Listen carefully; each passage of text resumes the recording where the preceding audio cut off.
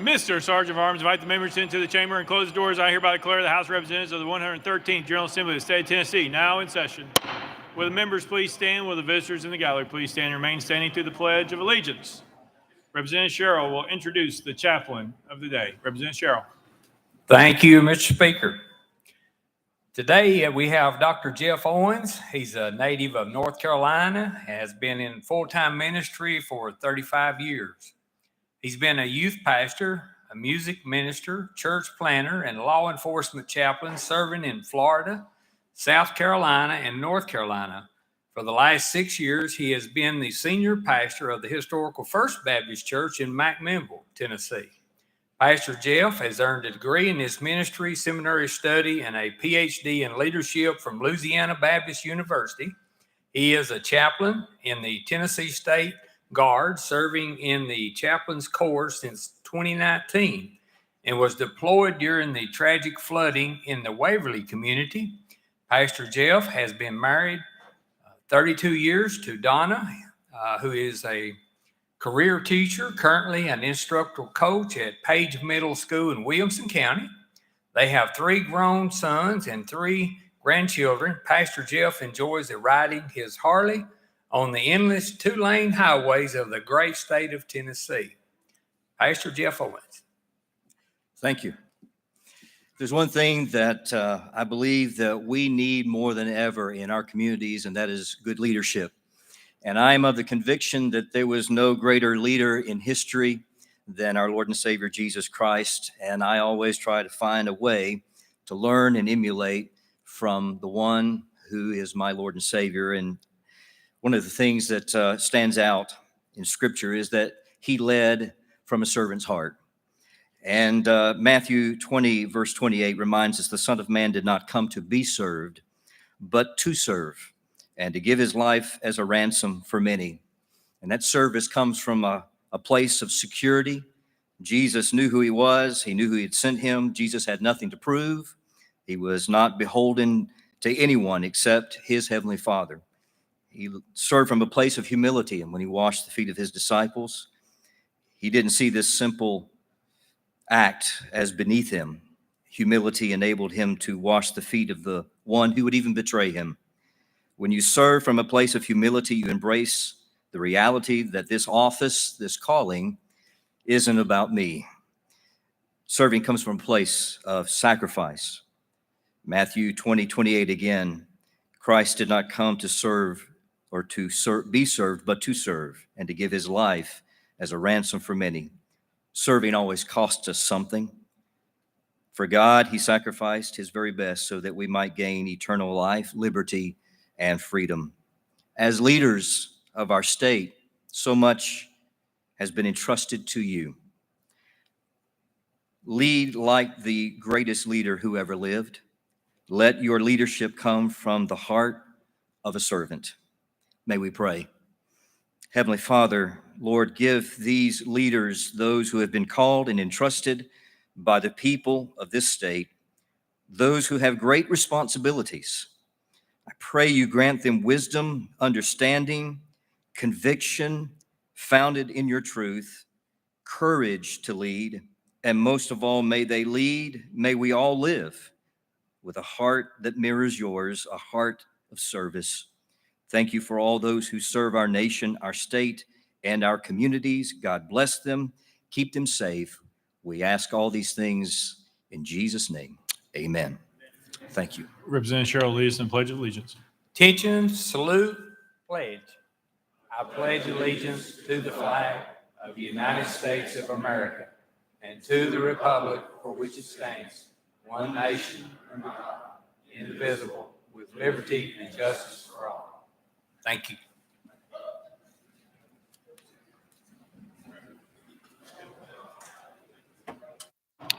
Mr. Clerk, take the roll. Roll call.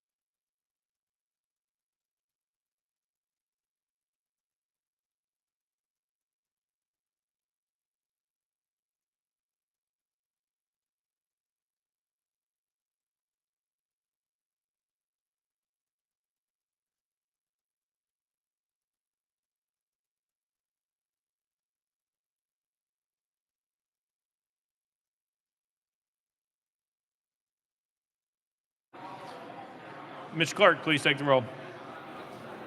Mr. Speaker, 96 members present. Let the journal reflect Representative Darby is excused. Next order, Mr. Clerk. Welcoming and honoring. Welcome and honoring. Speaker Pro Tem Marsh.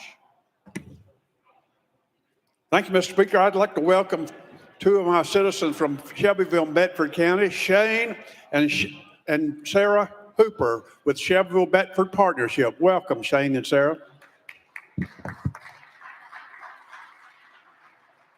Representative Carr.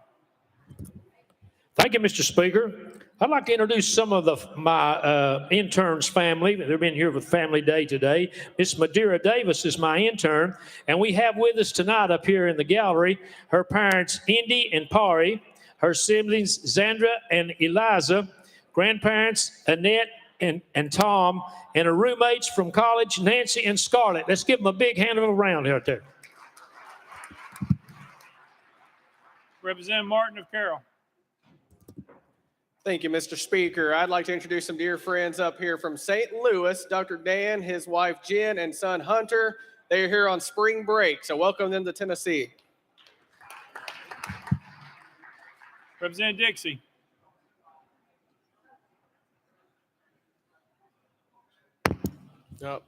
Thank you. All right, thank you, Mr. Speaker. Today is one of my really good childhood friends, Sharonda Smith. This is her birthday. She's probably going to get mad at me, but happy 50th birthday, Sharonda Smith. Thank you. Representative Akeem in the well. You're recognized. Thank you, Mr. Speaker. I request that the Sergeant at Arms escort our guests into the chamber. Mr. Sergeant of Arms, escort the guests to the well, please.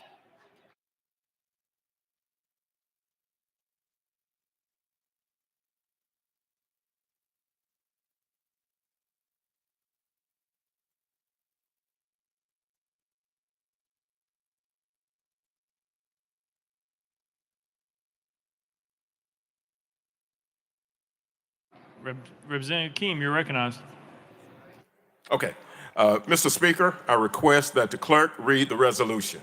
Mr. Clerk, please read the resolution. House Joint Resolution 317 by Representative Akeem, a resolution to honor country music star Kane Brown.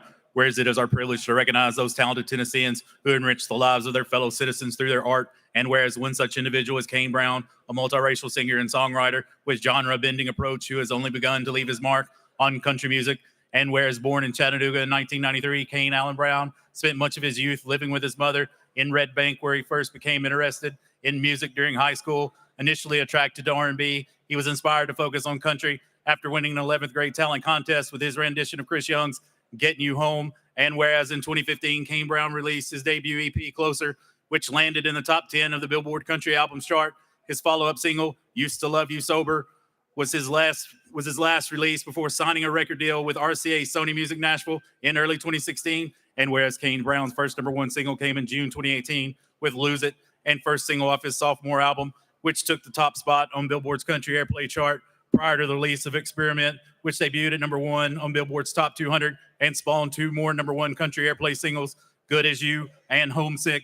And whereas not only has Kane Brown given to others through his music, his generous spirit has led him to embark on various philanthropic endeavors. His song Worldwide Beautiful was released in 2020 with proceeds going to the Boys and Girls Club of America to advocate for justice and equality for America's youth. The song reached the top 30 of Billboard's Country Airplay chart and crossed over onto the Hot 100 chart, thus raising $100,000 for the organization. And whereas in 2021, Mr. Brown gave back to his hometown of Chattanooga through his partnership with Lowe's 100 Hometowns Project, he helped complete various renovations to the Eastlake Boys and Girls Club, including the building of a new library and computer lab and updates to the existing art room and teen lounge. And whereas it is fitting that we honor Chattanooga's own Kane Brown, a songwriter and musician who has brought much pride to his hometown and this state. Now, therefore, be it resolved by the House of Representatives of the 113th General Assembly of the State of Tennessee, the Senate concurring, that we recognize and honor Kane Brown for his many contributions to country music, Chattanooga, and this state, extending our best wishes for much continued success.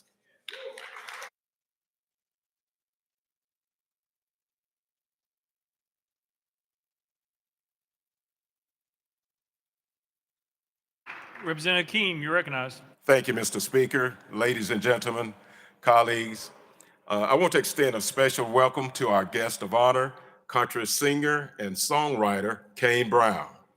Kane Brown, a native Chattanoogan, has become a household name since his debut album, Closer, which landed in the top 10 of the Billboard Country Albums chart in 2015. When I first met Kane, I was impressed with the importance of family to him, the work ethic he puts into his music career, and his love for the community. Since Kane's continuous success in the music industry, he has been an exemplary Tennessean by raising over $100,000 for the Boys and Girls Club of America and partnering with Lowe's 100 Hometowns project to help renovate the East Lake Boys and Girls Club in Chattanooga. Therefore, it is fitting that we honor Kane Brown, who has brought so much pride to the city of Chattanooga and the state of Tennessee. Mr. Speaker, if we could, I would ask that Representative Hazelwood would come and give remarks on behalf of the Hamilton County delegation. Representative Hazelwood. Thank you, Mr. Speaker. It really is an honor to stand here today with a young man who, it's fitting, I think, the passage of scripture that we heard, somebody who leads with a servant's heart. You've heard the resolution read, so you know that this man has a servant's heart. He's giving back to the community. And I'm incredibly proud to say I represent Soddy Daisy, and this young man graduated from Soddy Daisy High School. He also went to Red Bank, which is also in my district. So while we're very proud of him in the whole of Hamilton County, District 27 takes pride of place in calling him our own. So it is with great honor and great pride that we have you here today. And we just appreciate, on behalf of all of those whose music you've touched their hearts with through your music, and for those that you have helped in more tangible ways with the Boys and Girls Clubs and other organizations that you have raised money, and not only raised money, but put your own money into in your own time and your own resources. So from a grateful district, a grateful county, and a grateful state of Tennessee, we really do appreciate you, and we're so proud to claim you as our own. So I do believe that we have a framed resolution to present to you. And hopefully somewhere with all your Grammys and other awards, you can find a place to put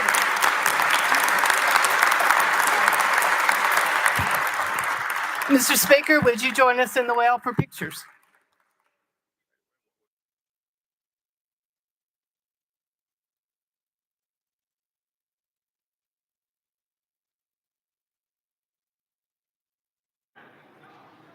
Representative King.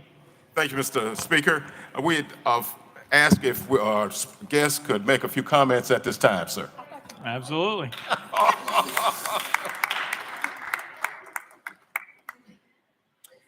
I will say I do not talk a lot. I also feel like I'm in trouble right now. But I just want to say thank you to the speaker. And I want to say thank you to Hamilton County, the state of Tennessee. I appreciate it. And this is very different. Yeah. But thank you guys so much.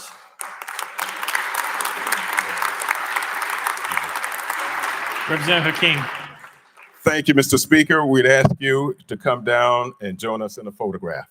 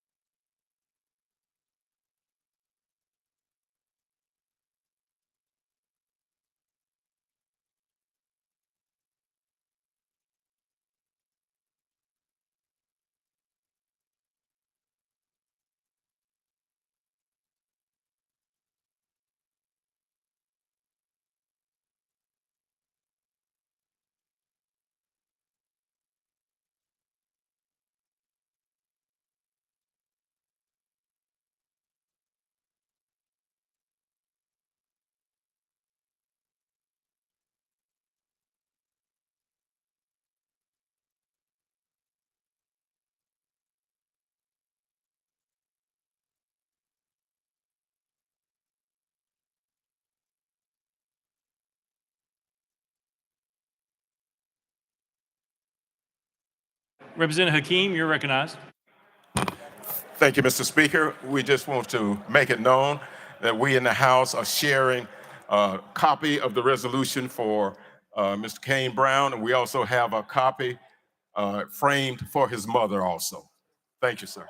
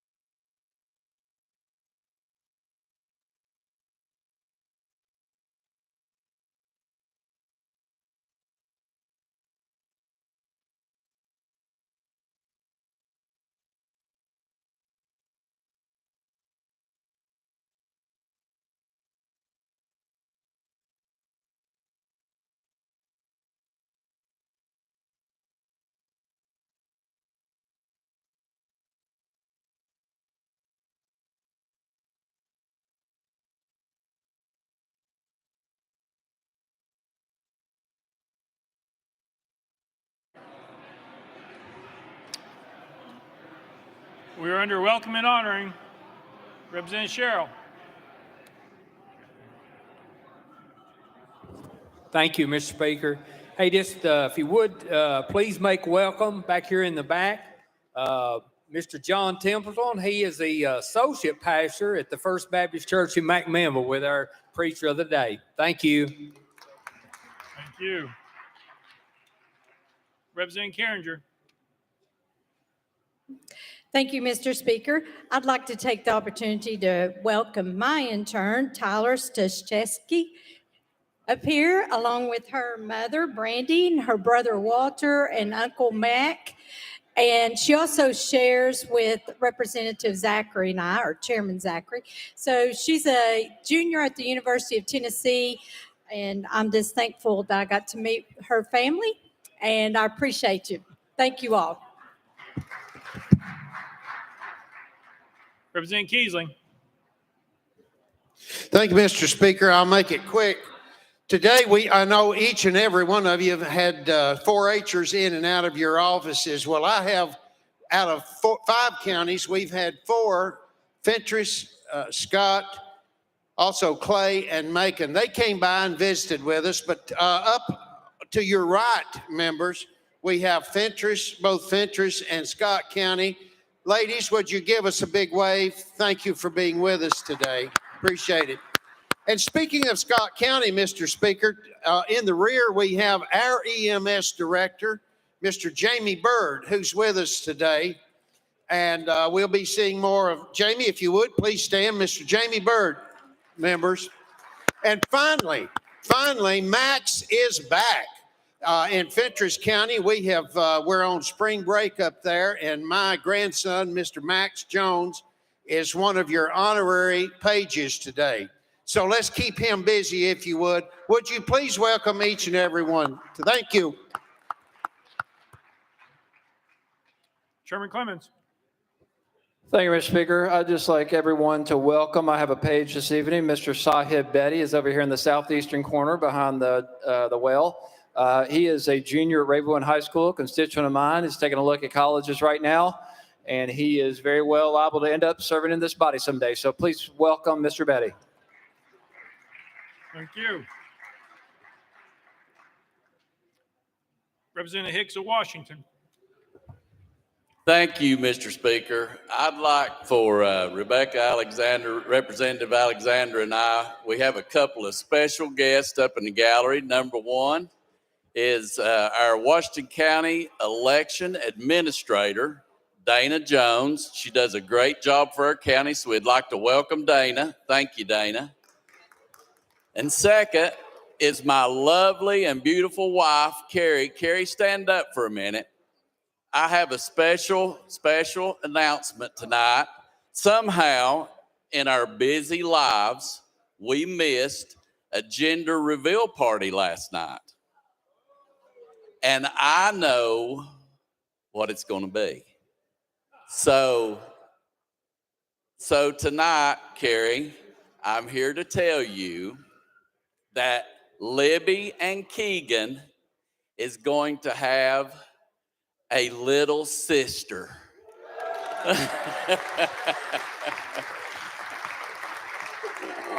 we're just praying that all is healthy and all is well through that pregnancy. Thank you. Thank you, Mr. Speaker.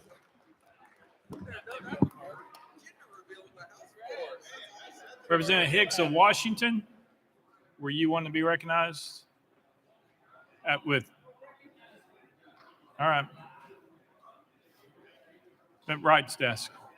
Thank you, Mr. Speaker. And on behalf of all of us who represent the 3rd Judicial District, I'd like for my Chancellor, Mr. Doug Jenkins, to please stand. He has with him today his wife, Pam, and also have a special guest, Laura Grace Jenkins, who also interns in Representative Wright's office, as well as over in the Senate. We're certainly happy to have them here. Would you please make them feel welcome? Representative Hazelwood.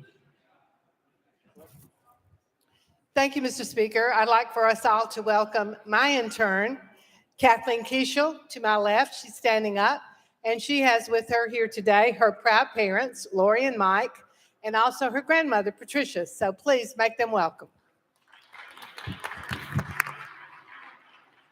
Lear Lambert.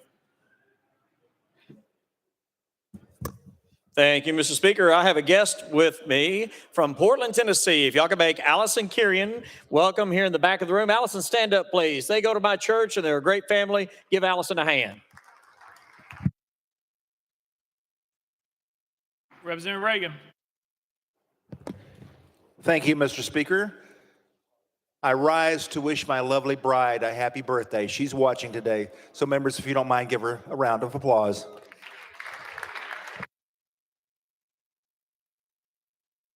Representative Wright. Oh, you're done? All right. Representative Haston. Thank you, Mr. Speaker. We had a lot of 4-H groups visiting us today. Not all of them made it into the evening session, but my hometown did. I'd like to welcome the 4-H Perry County group, if you would, up here to the left. Thank you all for staying around.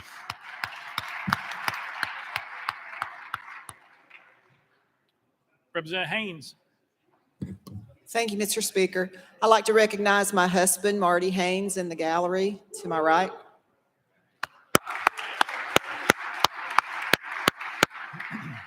All right. Did I miss anyone?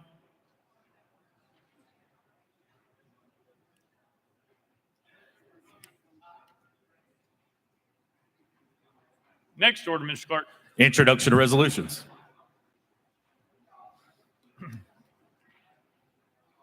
Lear Lambert, you're recognized.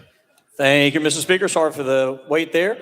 I move that all resolutions properly filed be introduced pursuant to Rule number 17 and placed on the consent calendar, referred to the appropriate standing committee. Without objection, so ordered. Next order, Mr. Clerk. Senate Joint Resolutions congratulatory memorializing. Lear Lambert, you're recognized. Thank you, Mr. Speaker. That all Senate joint resolutions congratulatory memorializing in light of that be placed on the consent calendar, pursuant to Rule number 17. Without objection, so ordered. Next order, Mr. Clerk. Resolutions lying over. Lear Lambert. Thank you, Mr. Speaker. That all resolutions lying over be referred to the appropriate standing committee. Without objection, so ordered. Next order, Mr. Clerk. Introduction to bills, Senate bills on first consideration. Lear Lambert, you're recognized. Thank you, Mr. Speaker. Mr. Speaker, I move that Senate Bills 19, 107, 172, 267, 296, 407, 515, 628, 629, 859, 988, 1,203, 1,212, and 1,281, transmitted by the Senate, be held on the desk pending third consideration of their companion House bills. Without objection, so ordered. Next order, Mr. Clerk. Senate bills on second consideration, House bills on second consideration. Lear Lambert, you're recognized. Thank you, Mr. Speaker. Move that House Bills 1,559 through 1,563 be passed on second consideration and be held on the desk, referred to the appropriate standing committee. Without objection, so ordered. Next order, Mr. Clerk. Petitions and memorials, reports of standing committees, reports of select committees, calendars. Mr. Speaker, the House has a consent calendar. Chairman Zachary, you're recognized. Thank you, Mr. Speaker. I move passage of the consent calendar on third and final consideration in keeping with Rule 50. Gentleman moves passage of the consent calendar, probably seconded. Mr. Clerk, any objections been filed? Mr. Speaker, item 3, House Joint Resolution 99 has been objected to by Chairman Clemens. Anyone seeking recognition on the consent calendar? Representative Hardaway. Thank you, Speaker. On item number 76, HJR 0465, after consulting with both leaders, I'm asking that the Shelby delegation be listed first, followed by all those voting in the affirmative. Thank you. Without objection, disclosure is duly noted. Anyone else seeking recognition?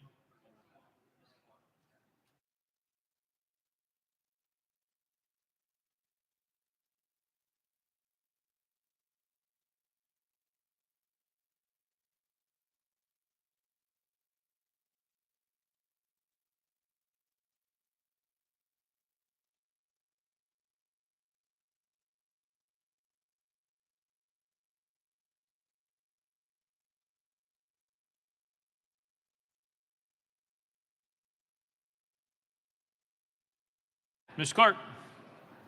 Mr. Speaker, we have an additional objection. Item 39, House Joint Resolution 427 has been objected to by Chairman Faison. All right. Anyone else seeking recognition on the consent calendar? Seeing none. Any objection to the question? Seeing none. All members in favor, vote aye when the bell rings. Those opposed, vote no. Has every member voted? Does any member wish to change the vote?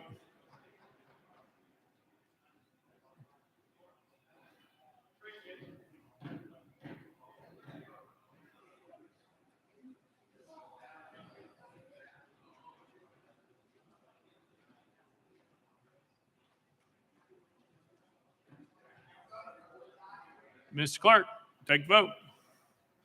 Ayes 92, no nays. Having received the constitutional majority, I declare the consent calendar passed without objection. The motion to reconsider is tabled. Next order, Mr. Clerk. Mr. Speaker, the House has a regular calendar. Call it first bill, Mr. Clerk. House Bill 384 by Chairman Moon and others relative to wine. Mr. Speaker, the Senate bill is on the desk. Chairman Moon, you are recognized. Thank you, Mr. Speaker. I move to substitute and conform to Senate Bill 988. Chairman Moon moves to substitute and form Senate Bill 988, probably second without objection. So ordered. Chairman Moon. Thank you, Mr. Speaker. I move passage of Senate Bill 988 on third and final consideration. Chairman Moon moves passage of Senate Bill 988 on third and final consideration, probably second. Mr. Clerk, call it first amendment. House State Government Committee Amendment Number 1. Mr. Speaker, same as Senate Amendment Number 1. Chairman Keesling, you're recognized. Thank you, Mr. Speaker. This amendment is the same as the Senate amendment. We move to withdraw. Without objection, amendment number 1 withdrawn. Next amendment, Mr. Clerk. Mr. Speaker, no further amendments. Chairman Moon, you're recognized. Thank you, Mr. Speaker. This bill is from the Tennessee Farm Wine Growers Alliance, who worked with the ABC to clarify the statute as it pertains to fortified wines.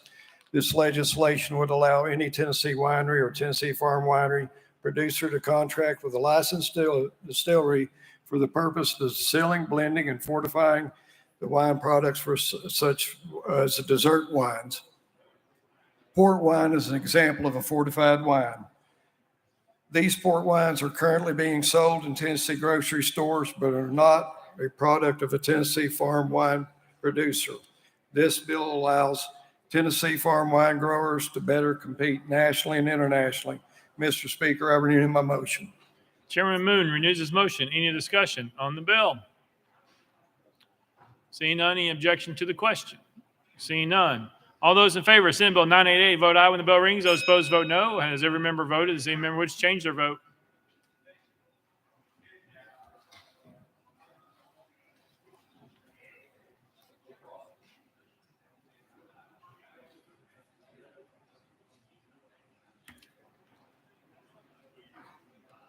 Mr. Clerk, take the vote.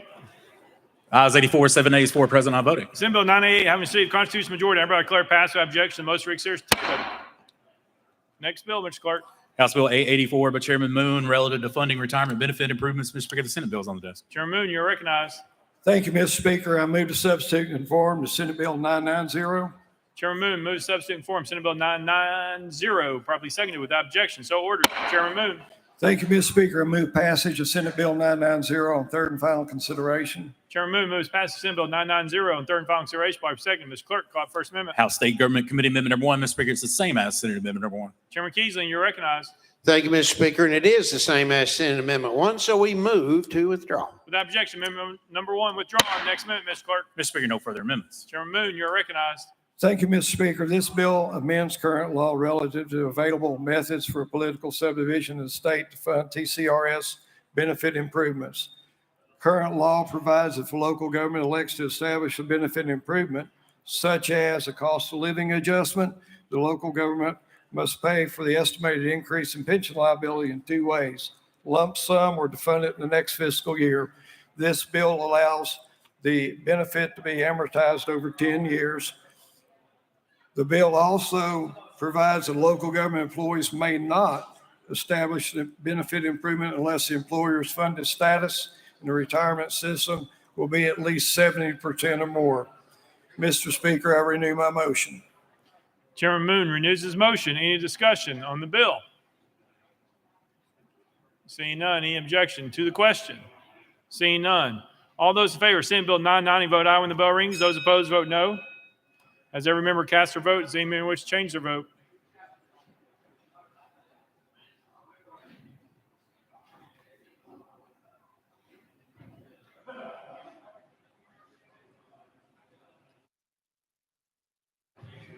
Mr. Clerk, take the vote.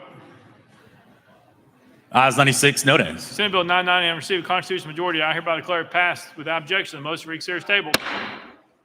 Call the next bill, Mr. Clerk. House Bill 316 by Leader Lamberth and others. Leader Lamberth, you're recognized. Thank you, Mr. Speaker. Make a motion to roll this to the heel of today's calendar. Without objection, roll to the hilt. Call the next bill, Mr. Clerk. House Bill 853 by Representative Leatherwood relative to coordinate measurements. Mr. Speaker, the Senate bill is on the desk. Representative Leatherwood, you're recognized. Thank you, Mr. Speaker. I move to substitute and conform to Senate Bill 0928. Representative Leatherwood moves to substitute and conform to Senate Bill 928, probably seconded without objection. So ordered. Representative Leatherwood. Thank you, Mr. Speaker. This bill is brought to me by the Tennessee Association of Professional Surveyors, and it just simply intends to provide national uniformity in the measurement of length by moving all the states to using the international foot as their standard. And with that, Mr. Speaker, I would like to renew my motion.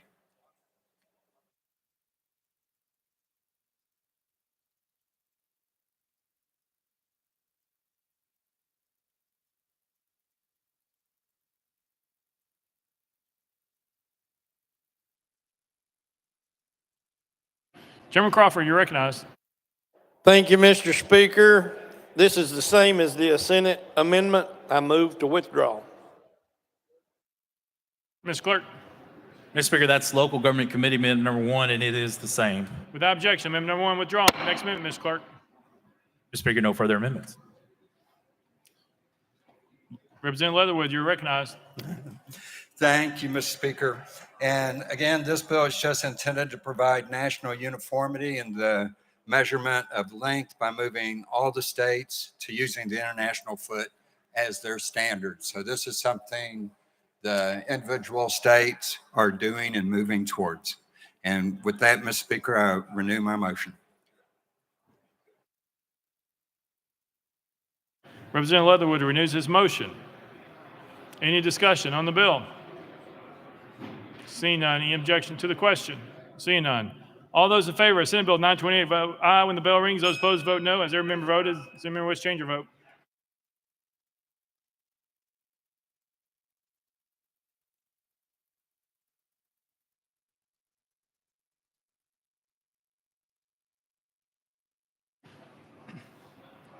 Mr. Clerk, take the vote. Ayes 97, no nays. Senate Bill 928 having received a constitutional majority, I hereby declare passed without objection. The motion for reconsider is taken. Call the next bill, Mr. Clerk. House Bill 854 by Representative Leatherwood relative to children. Representative Leatherwood, you're recognized. Thank you, Mr. Speaker. I move passage of House Bill 0854 on third and final consideration. Representative Leatherwood moves passage, properly seconded. Mr. Clerk, call the first amendment. House Civil Justice Committee Amendment number 1. Chairman Farmer, you're recognized. Thank you, Mr. Speaker. This amendment rewrites the bill. Defer to sponsor for explanation. Move to adopt. Chairman Farmer moves adoption. Amendment number 1, probably seconded. Any discussion on the amendment? Seeing none. All those in favor of amendment number 1 say aye, aye. All those opposed say no. The ayes have it. You adopt the next amendment, Mr. Clerk. Mr. Speaker, no further amendments. Representative Leatherwood, you're recognized. Thank you, Mr. Speaker. This bill was brought to me by the Tennessee Bar Association, their adoption section, and it makes certain changes in that section. For example, if a child's already resided in the home of a petitioner for the required 6 months and the court is satisfied that the adoption will be in the best interest of the child, it can reduce an additional waiting period from 6 months to 3 months if the child is 3 years old or younger. And if a child is about to turn 18, they can also waive that additional 6 months. And with that, Mr. Speaker, I renew my motion. Representative Leatherwood renews his motion. Any discussion on the bill? Seeing none. Nope. Leader Camper. Thank you, Mr. Speaker. Sponsor, the 6 months waiting period that you're waiving down to 3, correct? Representative Leatherwood. In some circumstances, it will be reduced or could be reduced by the judge from 6 to 3. But to make clear, they've already for this to kick in, they've already had 6 months in the home. So they've already had 6 months in the home. And if the court is satisfied with the circumstances, they will not have to be in the home an additional 6 months before the adoption can be completed if the child is 3 years old or younger, because just over time, they've seen that there usually aren't problems there with the child acclimating into the home. And the second circumstance that this will apply in is if the child is going to turn 18 within that 6 months, the court may, and again, may waive that, because once the child turns 18, they're an adult and just the game is totally changed. You kind of have to go back to square one.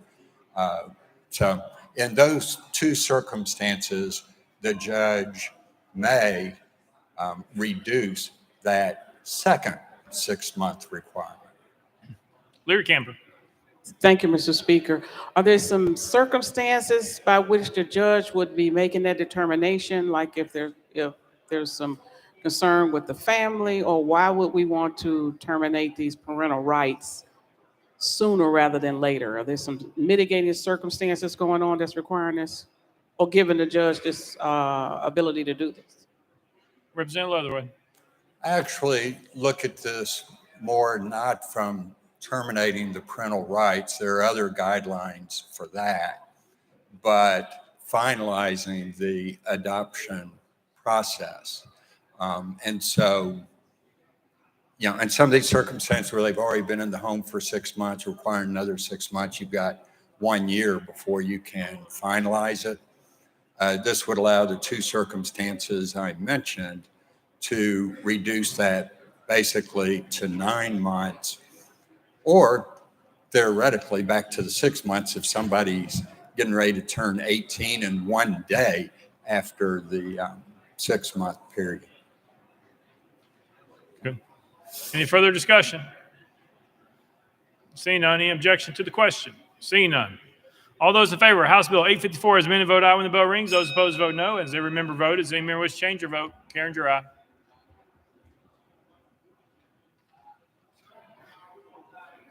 Martin Hamilton, aye. Ms. Clerk, take the vote. Ayes 97, no nays. House Bill 854, having received a constitutional majority, everybody declare passed without objection. The motion reconsider is tabled. Call up next bill, Mr. Clerk. House Bill 855 by Representative Leatherwood, relative to children.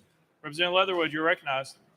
Thank you, Mr. Speaker. I move passage of House Bill 0855 on third and final consideration. Representative Leatherwood moves passage. Following second. Ms. Clerk, any amendments been filed? Mr. Speaker, no amendments filed. Representative Leatherwood, you're recognized. Thank you, Mr. Speaker. This bill was also brought to me by Tennessee Bar Association, their adoption section. This makes various technical changes to Titles 36 and 37. For example, one section changes working days or 10 days to working days, just to make it more clear for attorneys when applying it in their daily practice, that again, they will be looking at 10 working days as opposed to 10 days. It also changes the need of multiple qualified experts to prove specific brutality, abuse, or neglect, and allows for just one qualified expert. And with that, Mr. Speaker, I renew my motion. Representative Leatherwood renews his motion. Any discussion on the bill? Seeing none. Any objection to the question? Seeing none. All those in favor of House Bill 855, vote aye when the bell rings. Those opposed, vote no. As every member voted, does anyone wish to change their vote?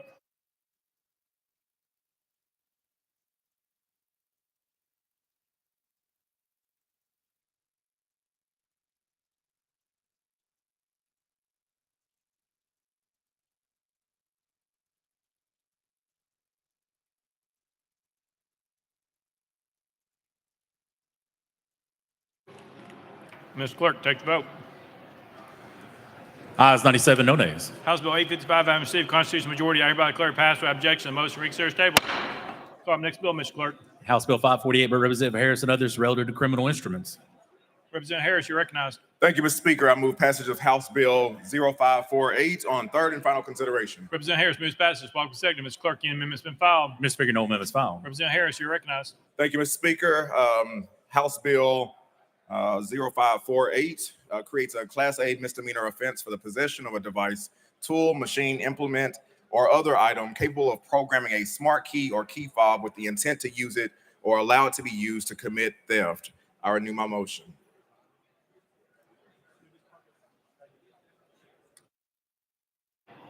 Representative Harris renews his motion. Any discussion on the bill?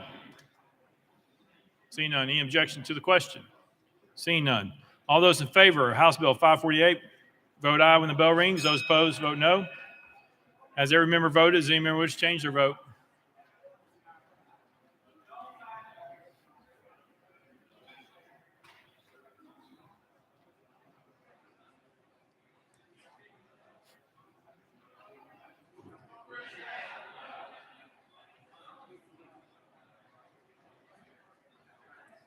Ms. Clerk, take the vote.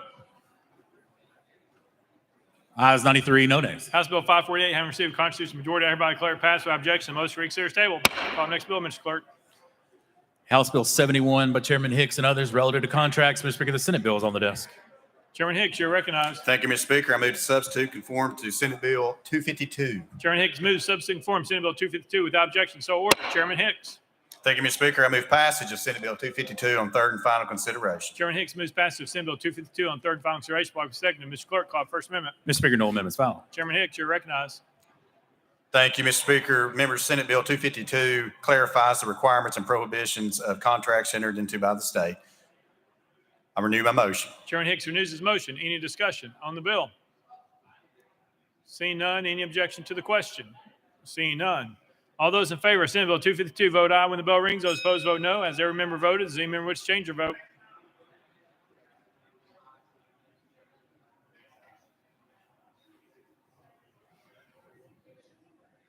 Leatherwood, aye.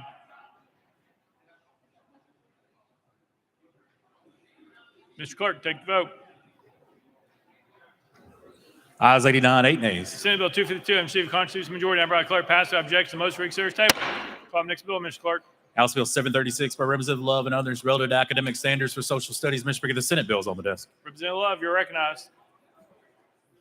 Thank you, Mr. Speaker. I move to substitute and conform to Senate Bill 0872. Representative Love moves substitute form Senate Bill 872 without objection. So ordered. Representative Love.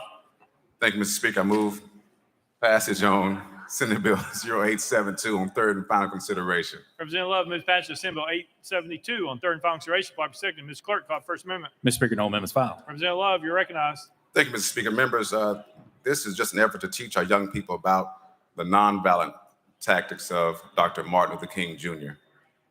With that, Mr. Speaker, I renew my motion. Representative Love renews his motion. Any discussion on the bill? Any objection to the question? Seeing none. All those in favor of Senate Bill 872, vote aye when the bell rings. Those opposed, vote no. Has every member voted? Does any member wish to change their vote?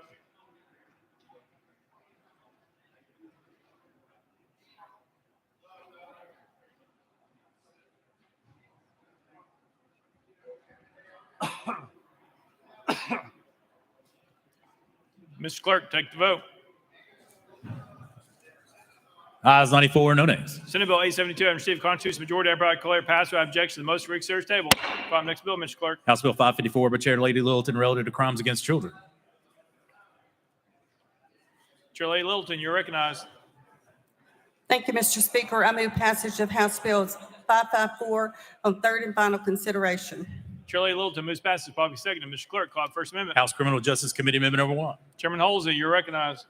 Thank you, Mr. Speaker. This amendment adds additional parties who can provide and access to training to the bill without explanation. Mr. Speaker, I move adoption of House Criminal Justice Committee Amendment 1. Chairman Holsey moves adoption. Amendment number 1, probably seconded. Any discussion on the amendment? Seeing none. All those in favor of amendment number 1 say aye, aye. All those opposed say no. The ayes have it. You adopted. Next amendment, Mr. Clerk. Mr. Speaker, no further amendments. Chair Lady Littleton, you're recognized. Thank you, Mr. Speaker. This requires each district attorney to designate at least one assistant district attorney currently employed within the judicial district as the lead prosecutor in cases involving crimes committed against children and requires the TBI, the District Attorney's Conference, and other relevant parties at the request of the District Attorney to work in conjunction to provide annual training to the District Attorneys or other appropriate staff members in the prosecution of crimes committed against children. I renew my motion. Chair Lady Littleton renews her motion. Any discussion on the bill?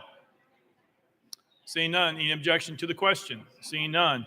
All those in favor of House Bill 554 as amended, vote aye when the bell rings. Those opposed, vote no. As every member voted, does any member wish to change their vote?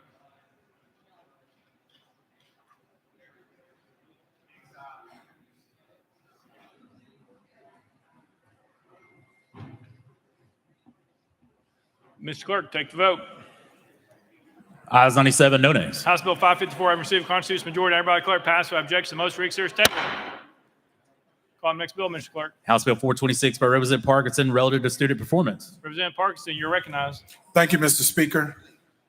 I move passage of House Bill 0426 on third and final consideration. Representative Parkinson moves passage. Bobby second. Mr. Clerk, call the First Amendment. House Education Administration Committee Amendment number 1. Chairman White, you're recognized. Thank you, Mr. Speaker. The amendment rewrites the bill. Move to adopt and defer to the sponsor for explanation. Chairman White moves adoption. Amendment number 1, probably seconded. Any discussion on the amendment? Seeing none. All those in favor of amendment number 1 say aye, aye. All those opposed say no. The ayes have it. You adopted. Next amendment, Mr. Clerk. Mr. Speaker, no further amendments. Representative Parkinson, you recognize. Thank you, Mr. Speaker. This bill requires the Commissioner of Education to report TCAP scores along with average incomes from the zip codes of the schools where the scores are reported. With that, I renew my motion. Representative Parkinson renews his motion. Any discussion on the bill? Seeing none. Any objection to the question? Seeing none. All those in favor of House Bill 426 as amended, vote aye when the bell rings. Those opposed, vote no. As every member voted, does any member wish to change their vote?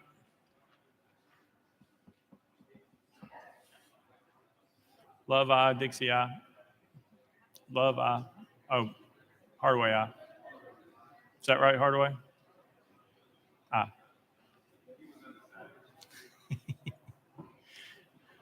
Ms. Clerk, take the vote.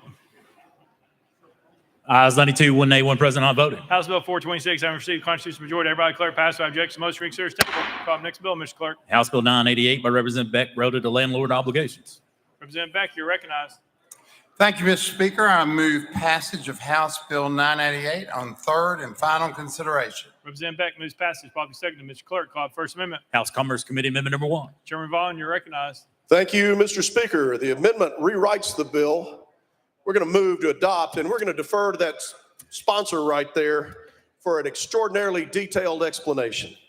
Chairman Vaughn moves adoption amendment number 1, probably seconded. Any discussion on the amendment? Seeing none. All those in favor of amendment number 1 say aye, aye. All those opposed say no. The ayes have it. You adopted. Next amendment, Mr. Clerk. Mr. Speaker, no further amendments. Representative Beck, you're recognized. Thank you, Mr. Speaker. This is a bill that was brought to me by constituents. What this bill does is that if you live in a senior housing facility, you're over 55, and that it receives federal financial aid, then if the property is sold for future development or is vacated for renovation, instead of 30 days, you're extended to 90 days. And Mr. Speaker, with that, I renew my motion. Representative Beck renews his motion. Any discussion on the bill? Seeing none. Any objection to the question? Seeing none. All those in favor of House Bill 988 as amended, vote aye when the bell rings. Those opposed, vote no. As every member voted, does any member wish to change their vote?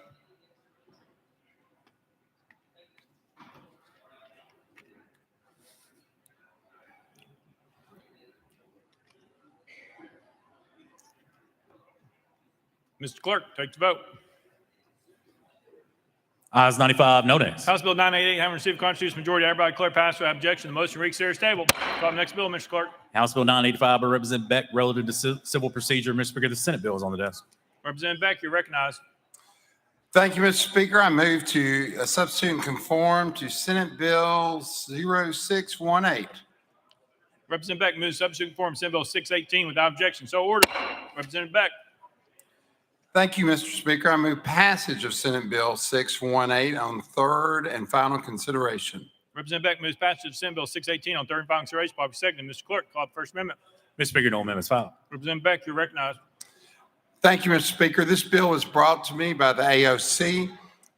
What this bill simply does is that on parenting plans, it will allow for the child's full name to appear along with the last four of social security number and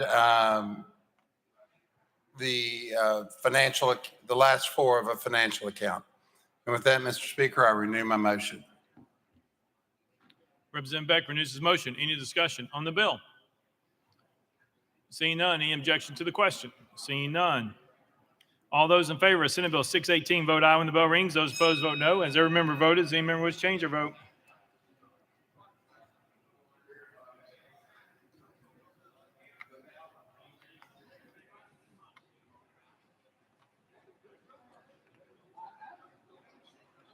Mr. Clerk, take the vote. Ayes 96, no nays. Senate Bill 618 having received constitutional majority, I hereby declare passed without objection. The motion reconsider is tabled. Next bill, Mr. Clerk. House Bill 407 by Representative Reedy and others related to non-motorized vessels. Chairman Reedy, you are recognized. Thank you, Mr. Speaker. I move passage of House Bill 407 on third and final consideration. Chairman Reedy moves passage. Properly seconded. Mr. Clerk, call for First Amendment. House State Government Committee Amendment number 1. Chairman Keesling, you're recognized. Thank you, Mr. Speaker. The amendment does rewrite the bill. Although we're going to defer to the sponsor for further explanation. We move to adopt. Chairman Keesling moves adoption of amendment number 1. Properly seconded. Any discussion on the amendment? Seeing none. All those in favor of amendment number 1 say aye. Aye. All those opposed say no. The ayes have it. You adopt it. Next amendment, Mr. Clerk. Mr. Speaker, no further amendments. Chairman Reedy, you're recognized. Thank you, Mr. Speaker. Members, what this does is pertaining to the paddlecraft sports industry. In 2018, we put some regulations in place for, let me just read. Limit reports for permit holders to once per year instead of 3 times per year. Eliminates TWRA's authority to regulate all aspects of the outfitter business, which was authorized by the 2018 legislation, strengthens the confidentiality of proprietary data submitted to the agency, and TWRA safety regulations will remain in effect statewide. Thank you, Mr. Speaker. I renew my motion. Chairman Reedy renews his motion. Any discussion on the bill? Seeing none, any objection to the question?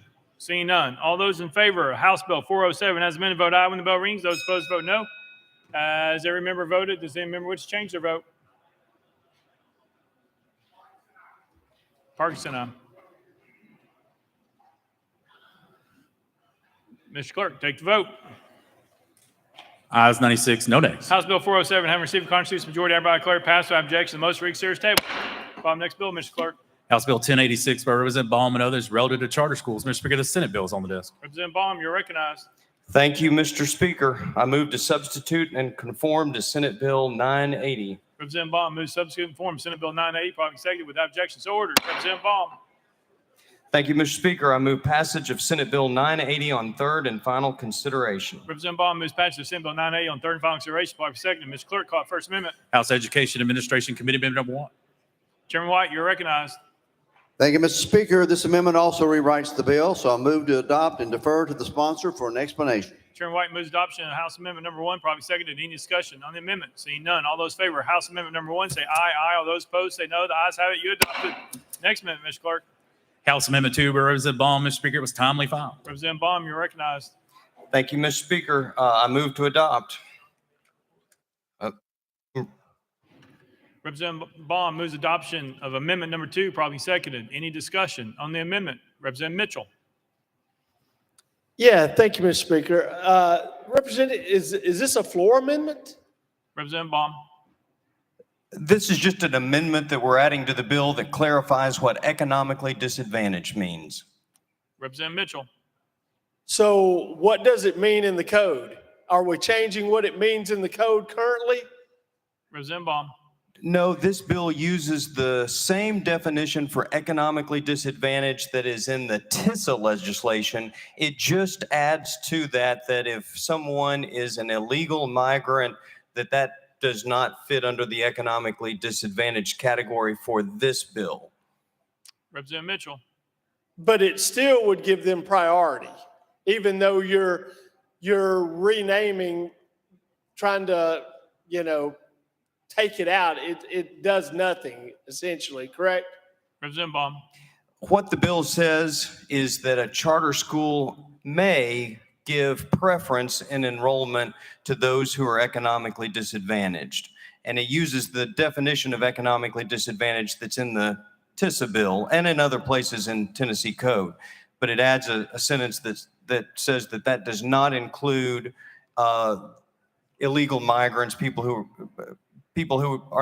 would not legally satisfy the definition. Representative Mitchell.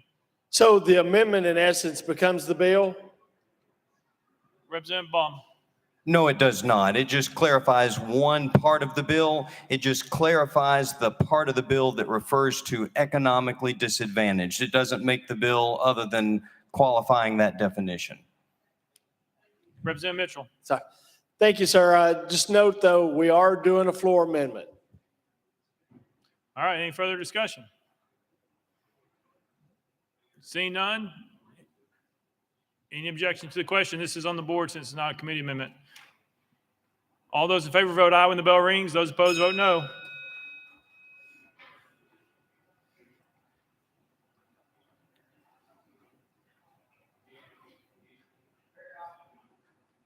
Barrett, aye. Mr. Clerk, take the vote. I 70-19-86 present not voting. House Amendment number 2 is adopted. Next amendment, Mr. Clerk. Mr. Speaker, no further amendments. Representative Baum, you're recognized. Thank you, Mr. Speaker. This bill clarifies 6 parts of the code that have to do with charter schools. Let me give a brief explanation for each of the 6 parts. The first one says that if a charter school applicant is managed by an organization with other charter schools, that the authorizer should consider the performance of those other charter schools. Number 2, if the LEA changes the grade bands for elementary school, middle school, and high school, that it must notify the charter school of those changes. Part 3 says that if 2 districts allow students to enroll across district lines, that the charter school can enroll students across district lines. But if an LEA prohibits that, then a charter school is not permitted to enroll students from outside of district. It also caps the amount of students that could be enrolled from outside of district at 25% of the school body. Part 4 says that a charter school may give preference to economically disadvantaged students. Part 5 says that if a charter school is out of compliance with the district's or state's policies, that the LEA must notify the charter school, give them an opportunity to take corrective actions. The LEA itself may initiate corrective actions short of revocation, but ultimately the authorizer may revoke the charter's authorization. And the 6th and final clarification revises the definition, the state definition for directory information to the federal definition, which includes electronic email addresses. Thank you, Mr. Speaker. I renew my motion. Representative Baum renews his motion. Any discussion on the bill? Representative Mitchell. Yeah, thank you, Mr. Speaker. And I just want to go back to one thing. Let's clarify one thing. A migrant is not an illegal alien or undocumented. They have a sponsor coming into this country. So that's one clarification. The other thing is, why do we need this? You know, we've been forced all these charter schools on Davidson County and Shelby County. I don't have the numbers for Shelby County, but I've got the numbers for Davidson County for all these strip mall schools. I mean, the reason we got this bill is nobody's going. You know, they've got, in Davidson County, they've got, about 5,000 empty seats right now. So that's just dollars they're not making off our children. So we've got to put butts in seats. If they're so great of schools, all these surrounding counties, Sumner County, I know they need some charter schools. I'm sure Rutherford County needs quite a few. Williamson County would be a great haven for charter schools. You know, if they're so great, why are we jumping through all these hurdles to have kids have to travel so far to get to them, where we could put them in every strip mall in Sumner County? It'd be a great thing, wouldn't it? Representative Baum. Thank you, Representative Mitchell. You were asking about the economically disadvantaged portion. The bill says that a charter school may give preference to economically disadvantaged students. Doesn't have to, but a charter school has the option to. If a charter school is not oversubscribed, then there'd be no reason to give an advantage to certain kinds of students. A charter school would probably only give preference to economically disadvantaged students if the charter school were oversubscribed, where it had more students wanting to attend than it had seats for, then it would have the option to give preference to economically disadvantaged students. But again, if the charter school is not oversubscribed, there'd be no reason to give a preference. Representative Mitchell. So in essence, there's going to be no preference whatsoever because there's empty seats everywhere. These great schools everybody's fighting to get into, doesn't seem they know the seats are open or something, because I'm just, it's amazing to me, but I just think it'd be a whole lot simpler if we just, made it so, all these communities, everybody who votes for these schools for Davidson and Shelby County, I'd love to just bring them into Sumner and Wilson and Rutherford. It'd be great for them. I'm sure we could do that. You ought to just roll your bill. And if you would, amend it to where we could just offer charter schools into all the donut counties around Davidson County, I'm sure all of us would vote for it. Thank you. Thank you. Any further discussion? Seeing none, any objection to the question? Seeing none, we're voting. Oh, sorry. Representative Hardaway. Thank you, Speaker. To the sponsor, on the exceptions, the definition that speaks to migrant or the children of migrants, does that economically disadvantaged clarification apply to any of the other exceptions? Representative Baum. The group that would be included in the definition economically disadvantaged would include homeless, foster, runaway, or migrant students, students who are eligible for free or reduced price school meals. And then we have added that it says only students who legally qualify may be given enrollment preference. Representative Hardaway. All right, so there's a difference between economically disadvantaged and homeless and foster, or are you combining the definition and exceptions for economically disadvantaged to apply to homeless? In other words, if there's a homeless child, can that child be given preference whether he or she is fully documented or not? Representative Baum. I believe homeless children are part of the definition that is economically disadvantaged. And then the amendment adds that only students who legally qualify may be given this enrollment preference. Representative Hardaway. Okay, I'm reading it differently, but we'll get to it later. Thank you. Thank you, Speaker. Thank you. Any objection to the question? Seeing none, we're voting. All those in favor of Senate Bill 980 as amended, vote aye when the bell rings. Those opposed, vote no. Has every member voted? Does any member wish to change their vote?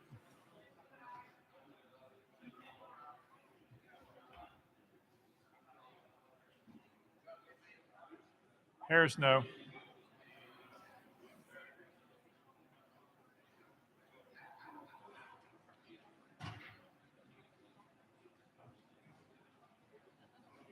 Mr. Clerk, take the vote. Ayes 70, 20 nays, 6 present, not voting. Senate Bill 980 having received constitutional majority, I hereby declare passed without objection. The most read series table. Call up next bill, Mr. Clerk. House Bill 1536 by Chairman Whitson relative to Franklin Special School District. Chairman Whitson, you're recognized. Thank you, Mr. Speaker. I move passage of House Bill 1536 on third and final consideration. Chairman Whitson moves passage following second. Mr. Clerk, any amendments been filed? Mr. Speaker, no amendments filed. Chairman Whitson, you're recognized. Thank you, Mr. Speaker. House Bill 1536 is a private act for the Franklin Special School District. It will authorize the district to issue and sell bonds in the amount not to exceed $20 million for the purpose of construction, improvement, and equipping school buildings and facilities and for the purchase of school buses. Mr. Speaker, renew my motion.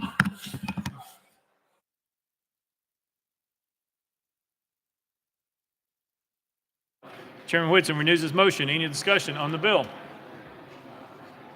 Seeing none, any objection to the question? Seeing none. All those in favor of House Bill 1536, vote aye when the bell rings. Those opposed, vote no. As every member voted, does any member wish to change your vote?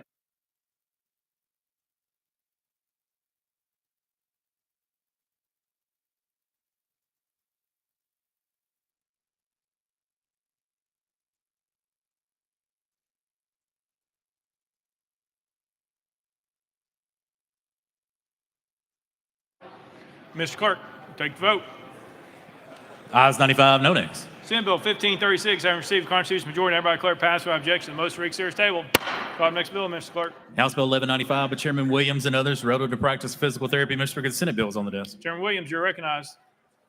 Thank you, Mr. Speaker. I move to substitute and conform to the Senate bill. Chairman Williams moves substitute and conform Senate Bill 72 without objection. So ordered. Chairman Williams. Thank you, Mr. Speaker. I move Senate Bill 72 on third and final consideration. Chairman Williams moves Senate Bill 72 on third and final consideration. Probably seconded. Mr. Clerk, call the First Amendment. Mr. Speaker, no amendments filed. Chairman Williams, you're recognized. Thank you, Mr. Speaker. This bill is cleanup language for the Physical Therapy Practice Act. It specifically acknowledges the ability of a nurse practitioner and her physician assistant to order physical therapy services and cleans up the one-time additional requirements for therapists. With that description, Mr. Speaker, I renew my motion. Chairman Williams renews his motion. Any discussion on the bill? Seeing none, any objection to the question? Seeing none. All those in favor of Senate Bill 72, vote aye when the bell rings. Those opposed, vote no. Has every member voted? Has any member wished to change their vote?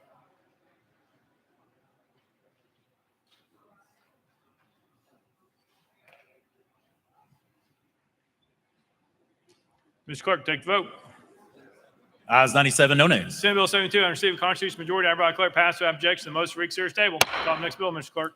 House Bill 1198 by Chairman Williams, relative to criminal offenses. Chairman Williams, you're recognized. Thank you, Mr. Speaker. I move passage of House Bill 1198 on third and final consideration. Chairman Williams moves passage by second. Mr. Clerk, any amendments been filed? Mr. Speaker, no amendments filed. Chairman Williams, you're recognized. Thank you, Mr. Speaker.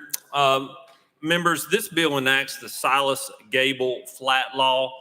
This law creates a misdemeanor offense for a person to knowingly provide a motor vehicle to another person who the provider of the vehicle knows or reasonably should know is under the influence of an intoxicant, marijuana, controlled substance, or any analog. It establishes a penalty for those offenses based upon the DUI charge previously of that person. Members, this bill is pretty personal to me. I had a constituent who was driving from an adjacent district into my district, and they were hit. Their family was hit head on by a drunk driver on a fourth DUI instance. In the process of doing so, they hit this young family. The mother was driving, and she lost a child that was scheduled to be born 2 days later at Vanderbilt in a C-section. That's who this bill is named after. And I would, Mr. Speaker, I renew my motion.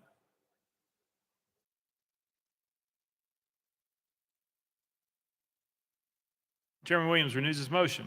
Any discussion on the bill? Seeing none, any objection to the question? Seeing none. All those in favor of House Bill 1198, vote aye when the bell rings. Those opposed, vote no. As every member voted, does any member wish to change their vote?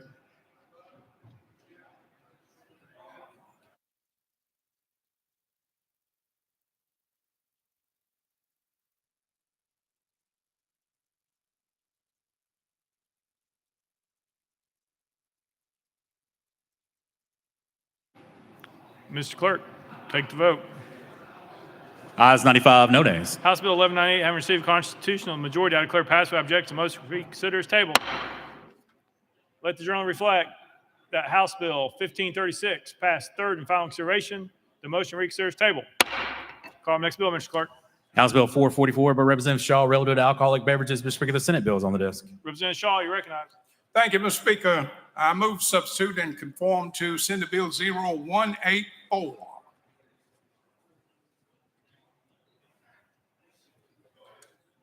Representative Shaw moves to substitute conform Senate Bill 184, probably seconded without objection. So ordered. Representative Shaw. Thank you, Mr. Speaker. I move passage of Senate Bill 0184 on third final consideration. Representative Shaw moves passage of Senate Bill 184 on third and final consideration, probably seconded. Mr. Clerk, call First Amendment. House State Government Committee Amendment number 1, Mr. Speaker, it's the same as Senate Amendment number 1. Chairman Kiesling, you're recognized. Thank you, Mr. Speaker. This is the same as the Senate amendment. We will move to withdraw. Without objection, amendment number 1 withdrawn. Next amendment, Mr. Clerk. Mr. Speaker, no further amendments. Representative Shaw, you're recognized. Thank you, Mr. Speaker. This bill simply lowers the requirement for population of cities with 5 down to 570 up to 699 to be able to do a referendum for liquor by the drink if they choose, if they have a full-time police force. That's all it simply does. With that, I renew my motion. Representative Shaw renews his motion. Any discussion on the bill? Seeing none, any objection to the question? Seeing none, we are voting. All those in favor of Senate Bill 184 vote aye when the bell rings. Those opposed vote no. Has every member voted? Does any member wish to change their vote?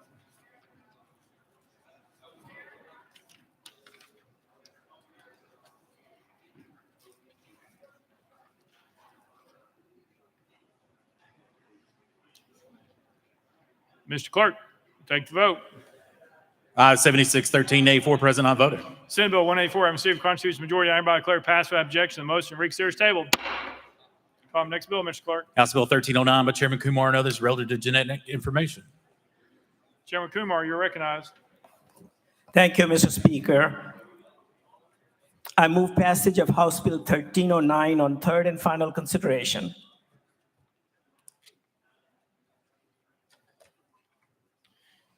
Chairman Kumar moves passage, properly seconded. Mr. Clerk, any amendments been filed? Mr. Speaker, no amendments filed.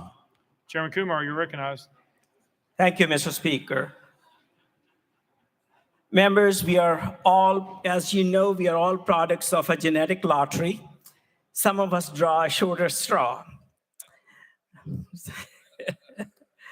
Now that the human genome has been completely mapped out, tremendous information about our genes and genetic makeup is available. The current law prohibits use of that information for insurance cancellation or rating for health. This bill adds life insurance to that prohibition. Mr. Speaker, I renew my motion.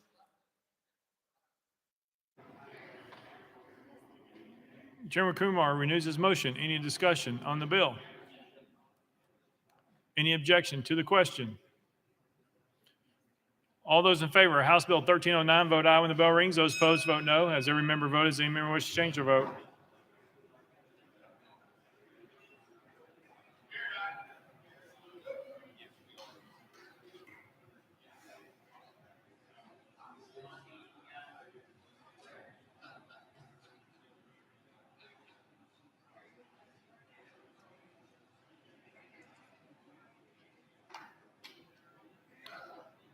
Mr. Clerk, take the vote. Ayes 95, 1 nay. House Bill 1309 having received a constitutional majority, I hereby declare passed without objection. The motion reconsider is tabled. Call the next bill, Mr. Clerk. House Bill 1313 by Chairman Kumar relative to health. Mr. Speaker, the Senate bill is on the desk. Chairman Kumar, you're recognized. Thank you, Mr. Speaker. I move to substitute and conform to Senate Bill 614.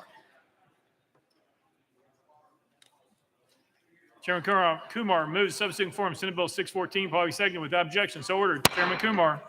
Thank you, Mr. Speaker. I move passage of Senate Bill 614 on third and final consideration. Chairman Kumar moves passage of Senate Bill 614 on third and final consideration, probably seconded. Mr. Clerk, call it First Amendment. House Health Committee Amendment number 1, Mr. Speaker, it's the same as Senate Amendment number 1. Chairman Terry, you're recognized. Thank you, Mr. Speaker. Move to withdraw.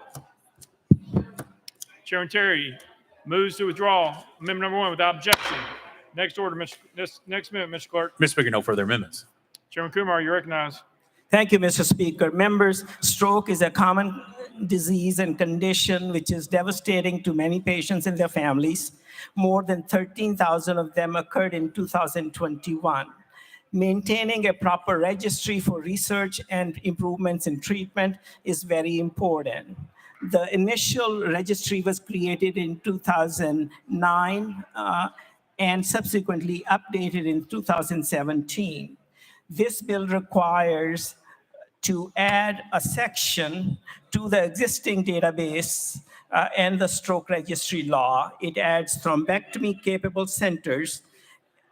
So these will also report the patients treated and the cases to the stroke registry, which is maintained at East Tennessee State University through tools provided by the American Heart Association. Mr. Speaker, I renew my motion.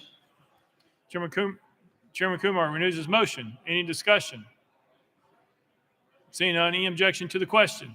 Seeing none. All those in favor of Senate Bill 614, vote aye when the bell rings. Those opposed, vote no. As every member voted, does any member wish to change their vote?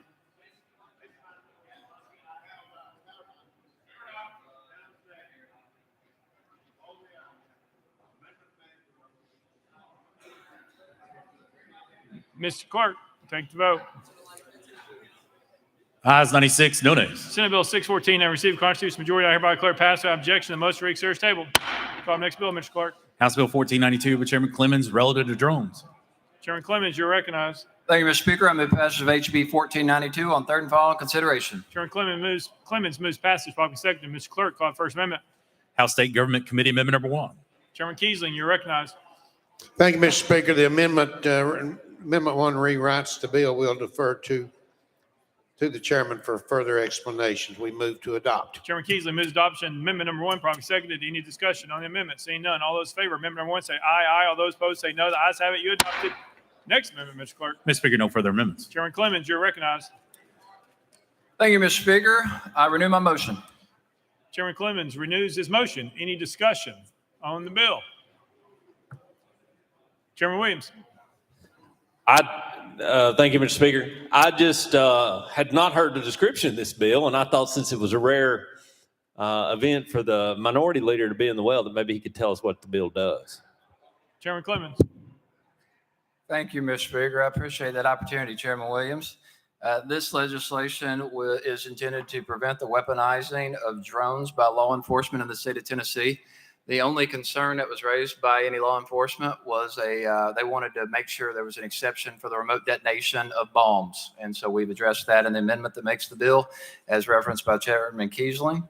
And that's the bill. Thank you, sir. And I would like to announce that it is officially, thanks to Chairman Faison, a bipartisan bill at this point. Hang on. Representative Williams, do you have anything else? Thank you, Mr. Speaker. That'll be all. All right. Thank you. Chairman Faison.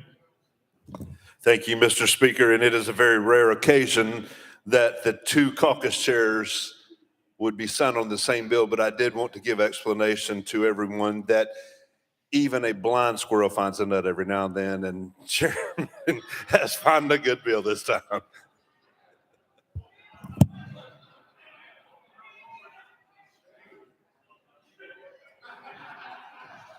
Representative Powers. Thank you, Mr. Speaker. Mr. Sponsor, I know we get this question a lot in committee and up here on the House floor. How many drone attacks have we had in Tennessee so far? Chairman Clemens. Thank you. None thus far. Thank you. Representative Clemens. Representative Powers. And so why are you bringing this bill forward if we've not had any drone attacks yet? Why would you bringing this bill to the floor now? Chairman Clemens. We want to protect the public. Thank you. Representative Powers. I'm sorry. So it's a preventive bill that we bring all the time, correct? In the House of Representatives? Chairman Clemens. Yes, Mr. Speaker. I would hate to see a life lost due to a drone accident. Representative Powers. Thank you. I would too. Thank you, the sponsor. I'll be voting for it. Representative Ritchie. Thank you, Mr. Speaker. Move previous question.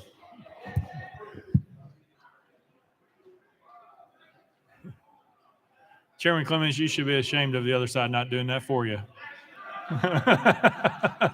Previous question's been called. Any objection? Without objection, we're on the board. All those in favor of House Bill 1492 as amended, vote aye when the bell rings. All those opposed, vote no. Has every member voted? Does any member wish to change their vote?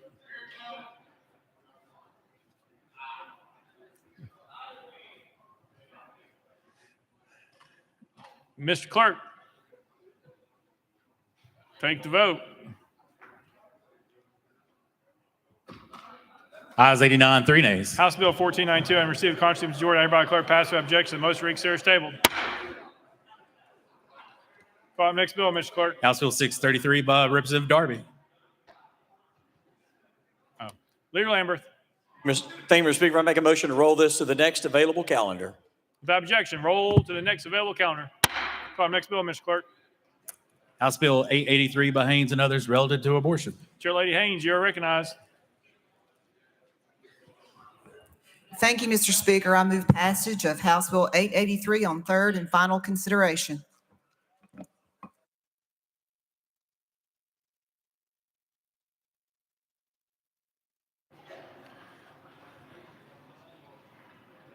Chair Lady Haynes moves passage. Following second, Ms. Clerk, call up First Amendment. House Health Committee Amendment Number 1. Chairman Terry, you're recognized.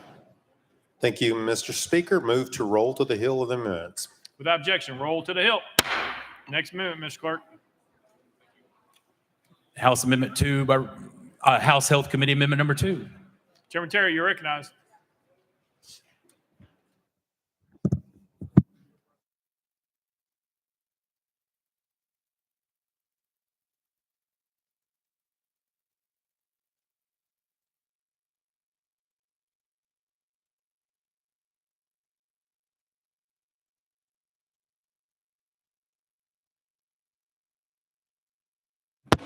Chairman Terry. Thank you, Mr. Speaker. I move to roll to the hill of the amendments. Without objection, roll to the hill. Next amendment, Mr. Clerk. House Amendment 3 by Representative Johnson of Knox. Mr. Speaker, it was timely filed. Representative Johnson and Knox, you're recognized.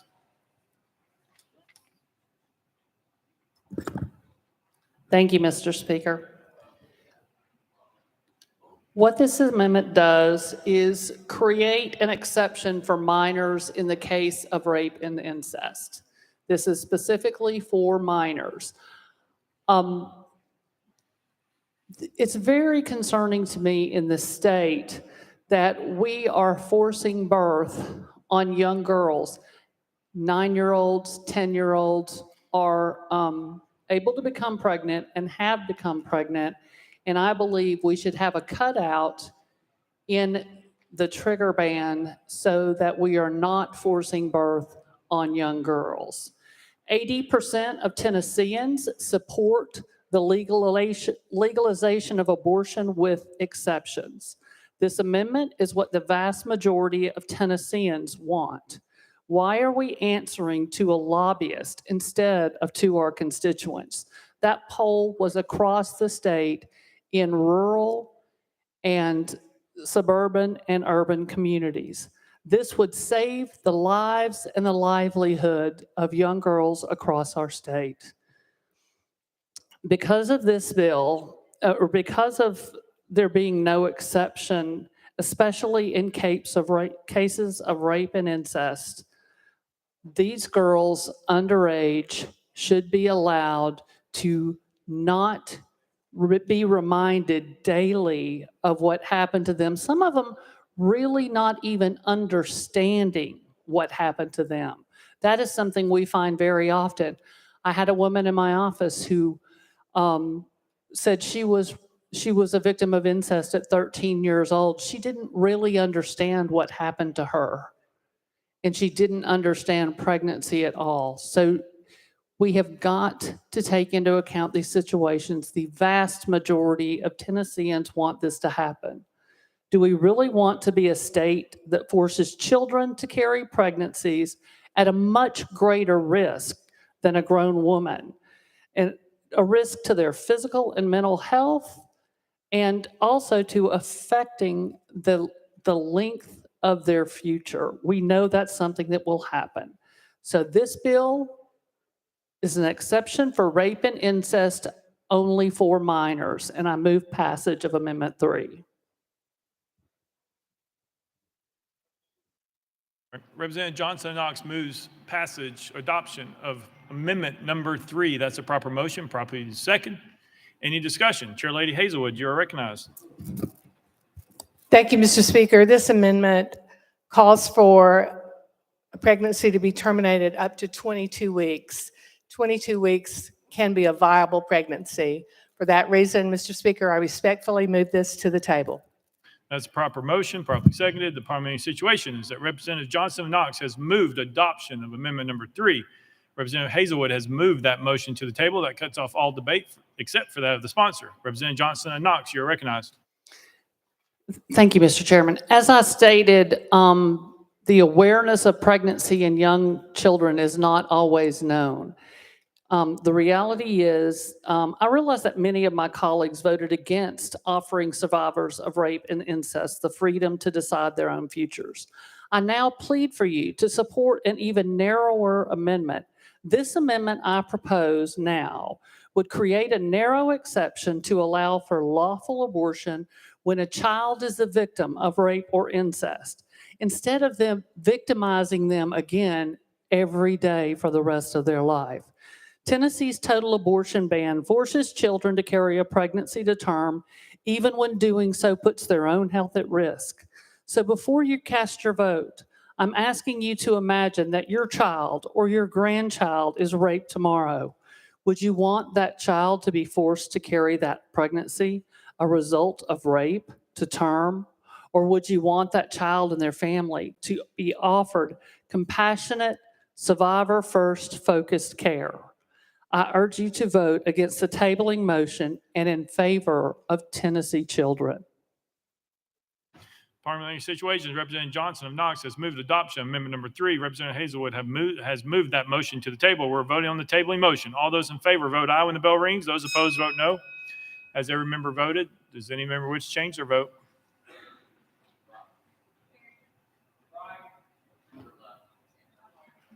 Grills aye.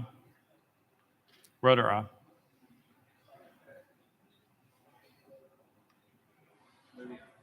Moody aye. See her in the back. Ms. Clerk, take the vote. Aye 74, 23 nays. The ayes have it. The motion to adopt amendment number 3 is tabled. Call up next amendment, Ms. Clerk. House Amendment 4 by Representative Johnson and Knox, Mr. Speaker, was timely filed. Representative Johnson and Knox, you're recognized. Thank you, Mr. Speaker. So House Amendment 4 is an amendment, the original bill that was passed out of Population Health Subcommittee on February 14th with overwhelming support. House Amendment 4 is specific and well-defined, while the current language in this bill is vague and can easily be misinterpreted. The current bill is similar to the Texas law, which is currently being challenged in courts. This language also seems to be a concern for our very own AG. Additionally, this amendment has more broad definitions in terms of what a medical emergency is and in what cases people can receive abortions. Without this amendment, this bill sets up a dangerous relationship between doctors and patients. Think about this now. The doctor's risk goes down as the patient's risk increases. Is this a relationship that we want to encourage, where the sicker and the more in danger the life of the woman is, the doctor's risk is less? I don't think that is what Tennesseans want to see. Once again, 80% of Tennesseans are in favor of having real exceptions to the current trigger ban. The real exceptions given in this amendment are in line with what Tennesseans have asked for. It's in line with what the physicians worked with the original sponsor to do. I don't want any woman or girl to have her health at greater risk in order to take the risk off of physicians. We need to make sure that physicians' careers are not at risk, their lives are not at risk, and we need to do the same for women and girls. I move passage for Amendment 4. Representative Johnson moves passage or adoption of amendment number 4. That's a proper motion, properly seconded. Any discussion on the amendment? Chair Lady Littleton, you're recognized. Thank you, Mr. Speaker. This amendment uses good faith medical judgment and not reasonable judgment. And with that, I respectfully move it to the table. That's a proper motion, properly seconded. The Parliamentary Situation. Representative Johnson of Knox has moved adoption of amendment number 4. Representative Littleton has moved that motion to the table. That cuts off all debate except for that of the sponsor. Representative Johnson, you are recognized. Thank you, Mr. Speaker. I trust the good faith decisions of my physicians. I have for 60 years and in some pretty precarious situations, and they've been great. I don't think we need to encourage people to start doubting their physicians. This amendment would restore the language of this bill to the form on Valentine's Day when it was nearly unanimously passed by Republican and Democratic colleagues in the Population Health Subcommittee. This amendment puts meaningful protections for the health of the mother and for fatal fetal anomalies back in the bill.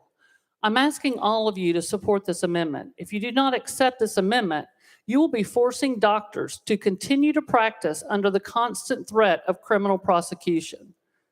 HB 883 was written only allows the doctor to safely do their job to provide health care once a patient's life is at risk. But how close to death must their patient be for them to avoid criminal prosecution? That's something that I don't think we should be asking women to test. As written, this bill fails to provide the clarity and doctors and Tennesseans are begging us for. That is why I brought this amendment, and I move it for adoption. Parliamentary Situations that Representative Johnson has moved adoption of amendment number 4. Representative Littleton has moved that motion to the table. We're voting on the tabling motion. All those in favor vote aye when the bell rings. Those opposed vote no. Has every member voted? Does any members change their vote?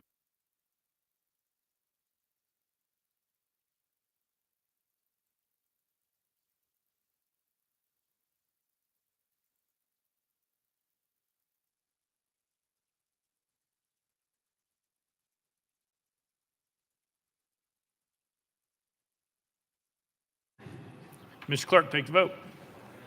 Ayes 73, 23 nays. The ayes have it. The motion to adopt amendment number 4 is tabled. Next amendment, Mr. Clerk. House Amendment 5 by Chairman Clemens. Mr. Speaker, it was timely filed. Chairman Clemens, you're recognized. Thank you, Speaker. Ladies and gentlemen, Amendment 5 would simply create an exception in the cases of aggravated rape, mitigated statutory rape, or aggravated statutory rape by an authority figure, especially aggravated rape of a child, or incest. This amendment would also allow an abortion performed or attempted by a physician to save the life or health of a pregnant woman when the failure to perform an abortion results in the death of the pregnant woman or create a serious risk of substantial and irreversible impairment of a major bodily function, or result in serious dysfunction of a bodily organ or part of the pregnant woman. So, ladies and gentlemen, boiled down, this creates an exception for rape or incest of a minor or the life or serious health of the mother. Again, this does go 22 weeks or less. 22 weeks is the point of viability. Just over 23, 24 is viability with major medical intervention, but all the doctors and physicians with whom I spoke, the appropriate standard is 22 weeks or less is non-viable. That's the reason for the language in this bill. I would encourage you to support this important amendment to create an exception for rape and incest of a minor child in the state of Tennessee and to protect the lives of mothers. That I move adoption of Amendment 5. Thank you, Mr. Speaker. Thank you. Representative Clemens, or Chairman Clemens moves adoption of amendment number 5. That's proper motion, properly seconded. Any discussion? Representative Cochran, you're recognized. Thank you, Mr. Speaker. Members, again, 22 weeks. This amendment allows an abortion up to 22 weeks. Babies at that stage of development share the physical features of every member on this floor: 10 fingers, 10 toes, eyes, ears that detect sound, a sense of touch. At 22 weeks, babies are often seen on ultrasounds sucking their thumbs. A denial of life at 22 weeks is a denial of science. It defies basic human reasoning and judgment. For that reason, Mr. Speaker, I move to lay this amendment on the table. It's proper motion, properly seconded. The parliamentary situation is Representative Clemens has moved adoption of amendment number 5. Representative Cochran has moved that motion to the table. That cuts off all debate except for that of the sponsor. Chairman Clemens, you're recognized. Thank you, Mr. Speaker. A baby is simply not viable according to standard practice of medicine at 22 weeks or less. This amendment simply creates exceptions in the cases of rape and incest for a child younger than 18 years of age in the state of Tennessee, or to protect the life of a mother. It's that straightforward. I urge you to vote against the tabling motion. Thank you, Mr. Speaker. Parliamentary situation is Representative Clemens has moved adoption of amendment number 5. Representative Cochran has moved that motion to the table. We're voting on the tabling motion. All those in favor vote aye when the bell rings. Those opposed vote no. As every member voted, does any member wish to change their vote?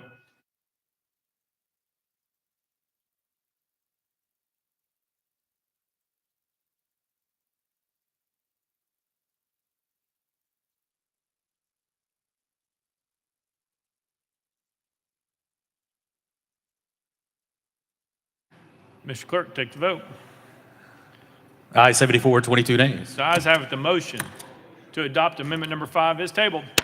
Next amendment, Mr. Clerk. House Amendment 6 by Representative Johnson of Knox, Mr. Speaker. It was timely filed. Representative Johnson of Knox, you recognize.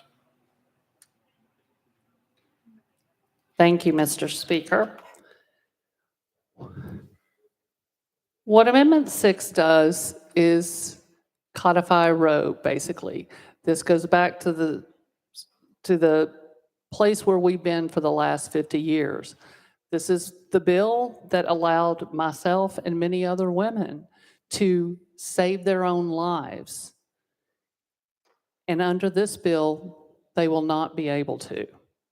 Because if you are not currently at risk and in danger, then those services cannot be performed. The current bill that is up here right now is very narrow and does not offer much hope to women who are cancer patients or who have other problems as well. This amendment would restore abortion rights, and it will give Tennessee women their equality back. If women don't have agency over their own bodies in this state, then women are not equal. Currently, Tennessee is telling women that they are not equal citizens. This amendment would also eliminate any criminal penalties on people who perform or receive an abortion. Our current ban on abortion is extremely unpopular among people across the state. As I stated earlier, 80% of Tennessee women support the legalization of abortion at some level. Additionally, the response to Tennessee's trigger ban is astonishing.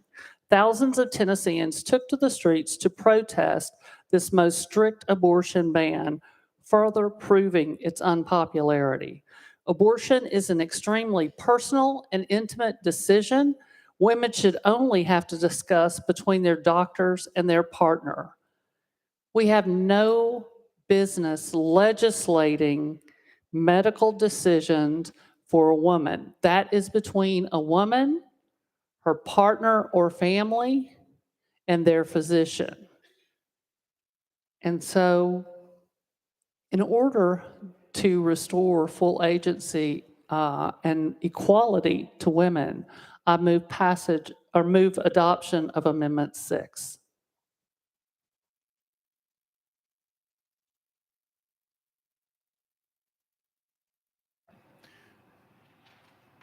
Representative Johnson of Knox moves adoption of amendment number 6. That's a proper motion, properly seconded. Any discussion? Chairman Farmer, you're recognized. Thank you, Mr. Speaker. Members, what we have in front of us today, the bill that Ms. Esther Helton Haynes has, is the most pro-life piece of legislation I've had the opportunity to vote on. We've worked hard to protect those in the bellies of mothers that can't protect themselves. What we've done is we put a reasonable medical judgment standard on this. It's not, a reasonable medical judgment standard. It is objective, it is not subjective. We've done that on purpose. We've worked hard to protect the lives of those babies. If the babies can be born, we're going to deliver that baby alive and well on the operating room tables here in the state of Tennessee. If we can protect the lives of mothers, we're going to do that as much as possible. If we can deliver a baby, have a healthy mother, that's what this bill does. What this piece of legislation does, it does not protect the life of that child. Absolutely not. I take offense particularly with Section 4, subsection 2, allows a pregnant woman, says a pregnant woman has a fundamental right to continue a pregnancy and give birth or to have an abortion before the viability of the fetus.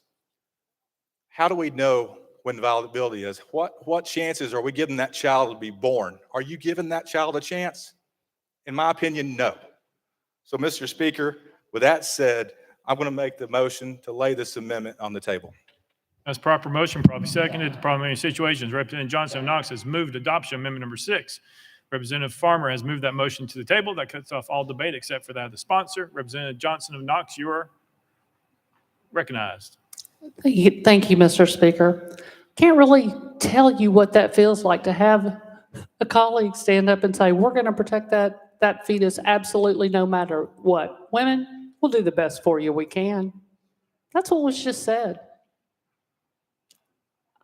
I mean, talk about feeling like a second-class citizen. That is unbelievable to me. That's not pro-life.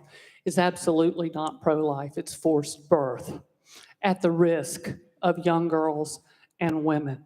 That's just a fact. Women can't protect themselves now in Tennessee because of this legislation. Who's going to protect the women? We're trying, but it seems no one cares about the women and the young girls and their pregnancies and the medical problems that they have along the way. Aortic aneurysm is one of thousands of things that can come up. We know about the issues with cancer, and you are telling every woman in this state that they don't matter, that you're going to do everything you can to protect that fetus. And I understand that you're not doing anything to protect the life that is here, standing up, caring for their other children, caring for their families, and you're not even concerned about that. I propose this amendment today because I believe that a bare minimum, we should protect women and families in what is bound to be one of their most traumatic and heartbreaking times when someone they loved is in a horrible situation and there's nothing that can be done. We desperately need to make sure that we are giving women their bodily autonomy back. And to hear on this floor, I hope everybody doesn't feel that way, but I guess when that board lights up green, we will know how the bulk of folks in this room feel about women. I urge not table Amendment 6. Parliamentary situations. Representative Johnson of Knox has moved adoption of amendment number 6. Representative Farmer has moved that motion to the table. We're voting on the tabling motion. All those in favor vote aye when the bell rings. Those opposed vote no. Has every member voted? Does any member wish to change their vote? Alexander, aye. Rutter, aye. Littleton, aye. Mr. Clerk, take the vote. Aye, 74, 22 nays. The ayes have it. The motion to adopt amendment number 6 is tabled. Next amendment, Mr. Clerk. Amendment number 7 by Representative Johnson of Knox. Mr. Speaker, it was timely filed.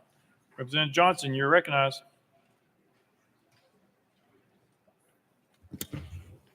Thank you, Mr. Speaker. Going to give y'all another shot.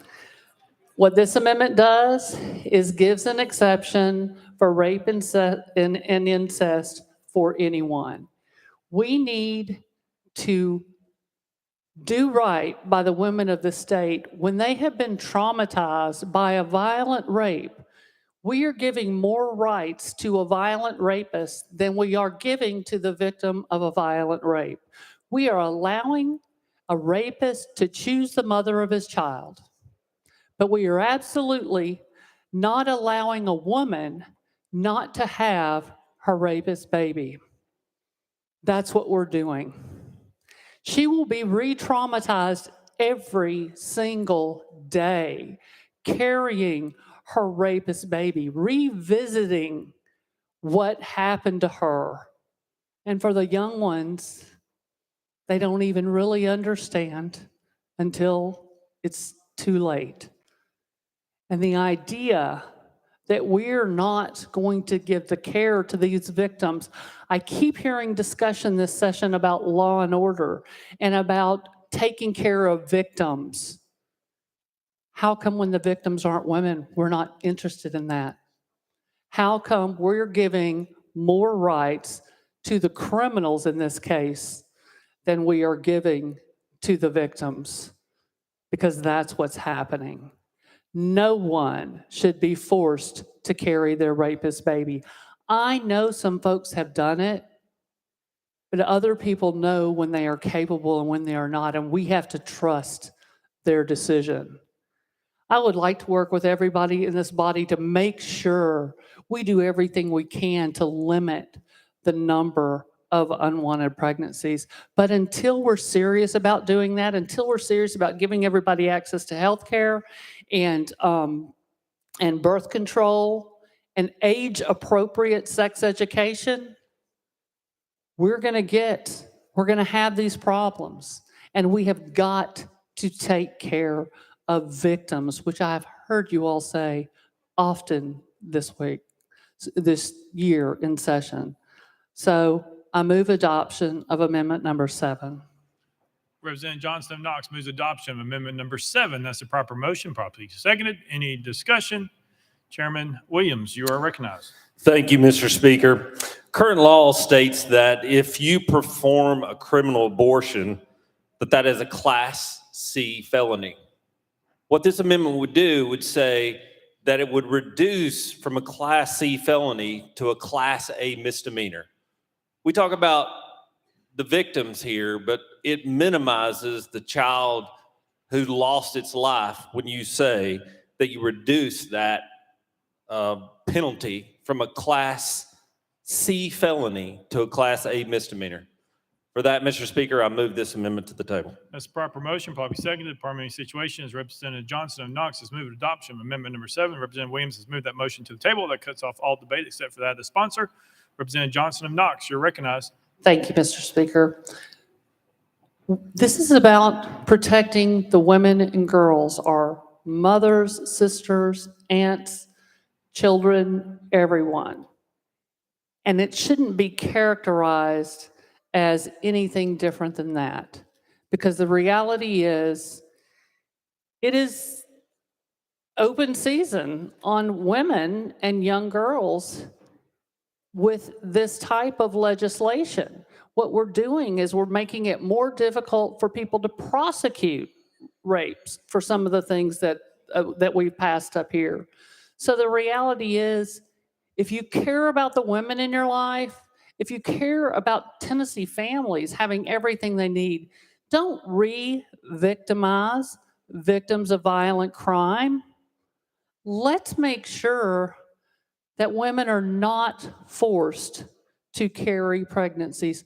No one in Tennessee, or at least 80% of Tennesseans, do not want us to be a forced birth state.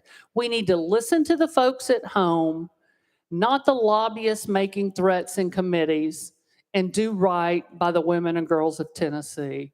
I urge you to vote against the tabling of this motion. Parliamentary Situations, Representative Johnston of Knox has moved adoption of amendment number 7. Representative Williams has moved that motion to the table. We're voting on the table in motion. All those in favor vote aye when the bell rings. Those opposed vote no. Has every member voted? Does any member wish to change their vote?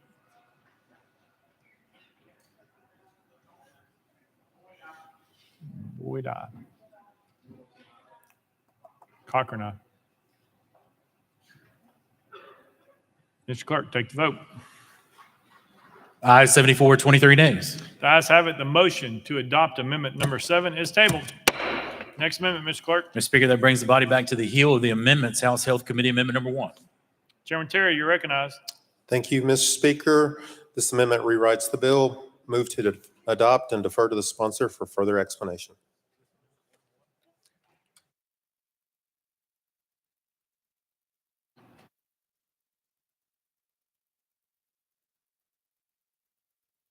Chairman Terry moves adoption of amendment number 1. Probably seconded. Any discussion on the amendment? Mr. Clerk.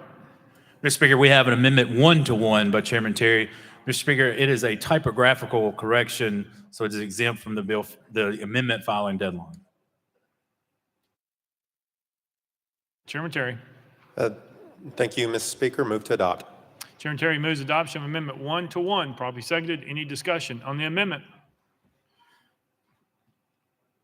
All those in favor of amendment number 1, vote aye when the bell rings. Those opposed, vote no.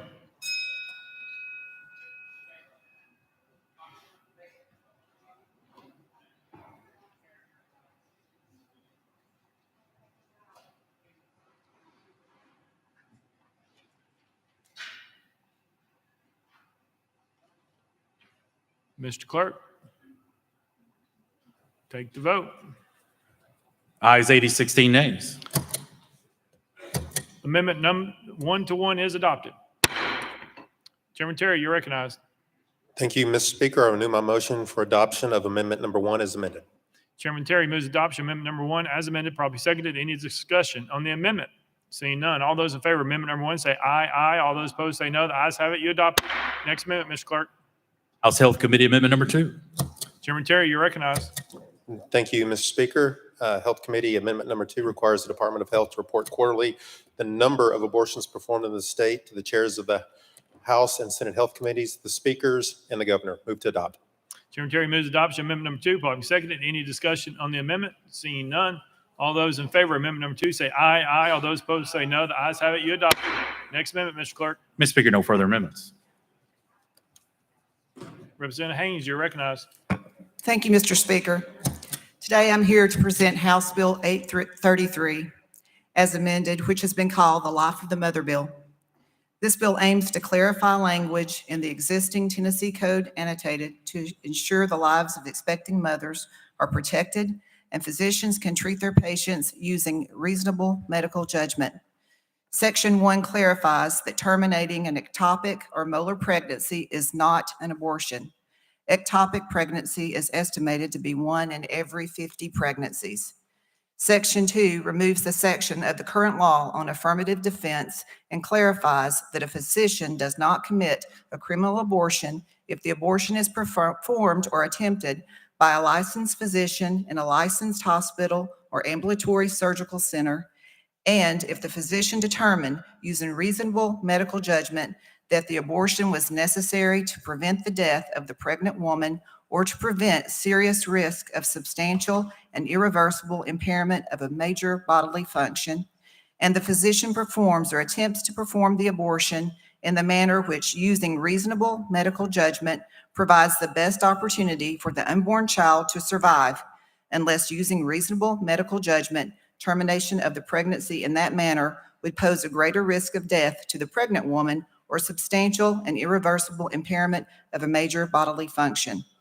An abortion is not authorized under the previous section if either determination is based upon a claim or diagnosis that the pregnant woman will engage in conduct that would result in her death or the substantial and irreversible impairment of a major bodily function or for any reason relating to the pregnant woman's mental health.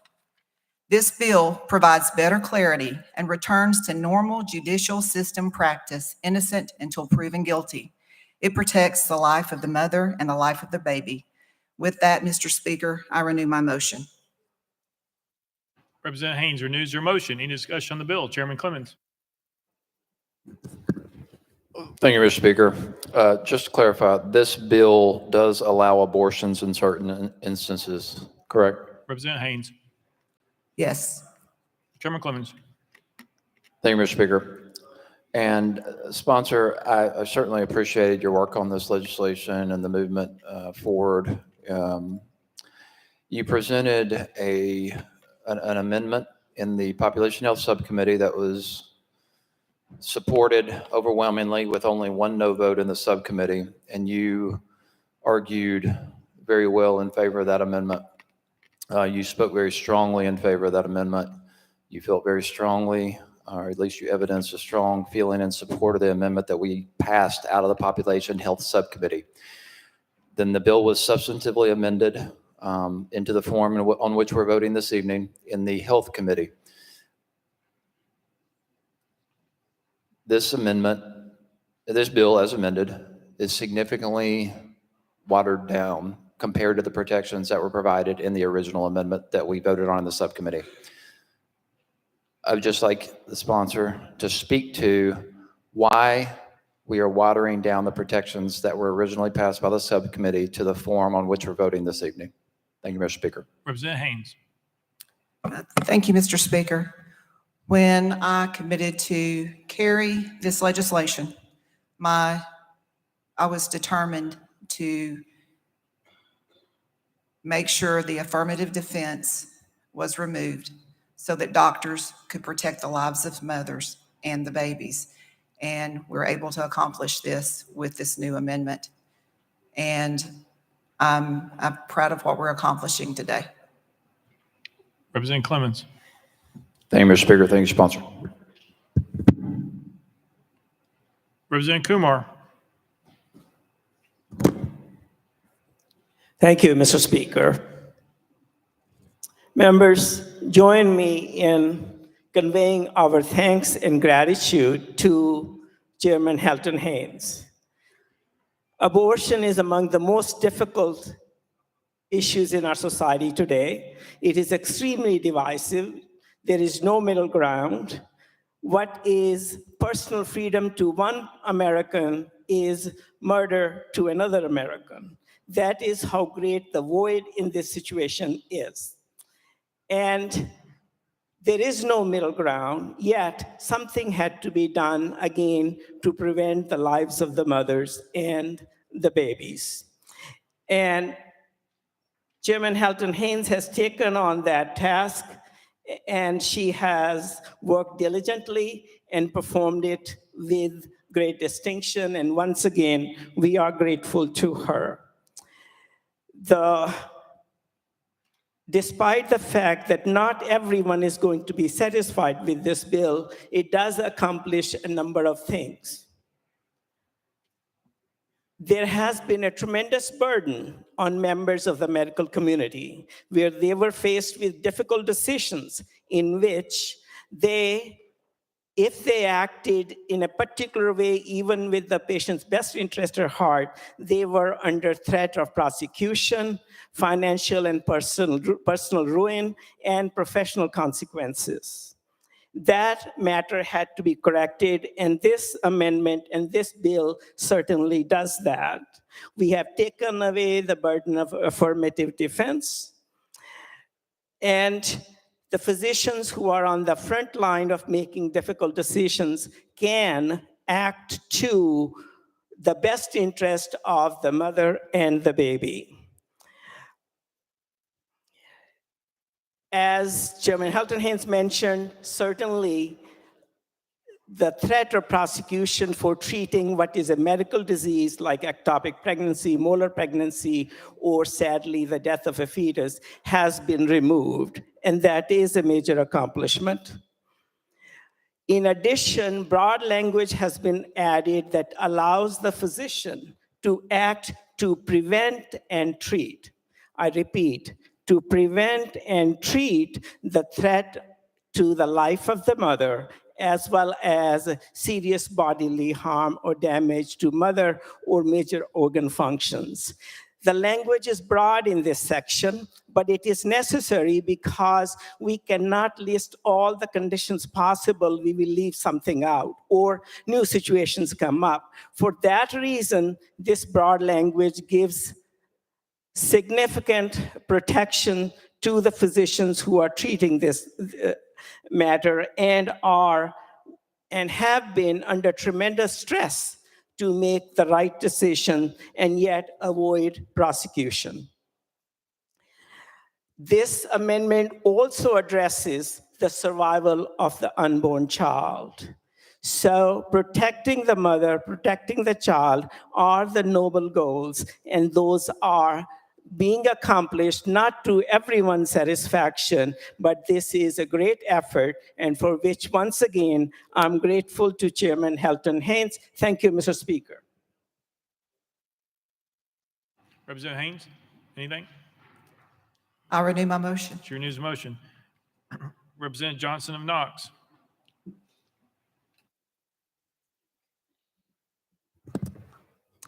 Thank you, Mr. Chairman. I'm glad that I get to speak on the floor with a body who some members don't know if my life is really important enough to save. So thank you for that.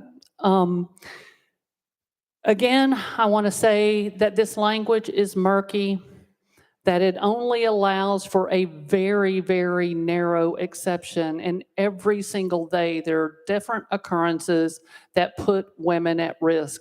Doctors are still at risk with this legislation, and women are still at risk. Again, I want to talk about that relationship where the risk goes down for the doctor as the women's danger increases. This is not something we want to exacerbate. You are putting women and young girls at risk. Think about the people in your families, please, and do the right thing here. Thank you.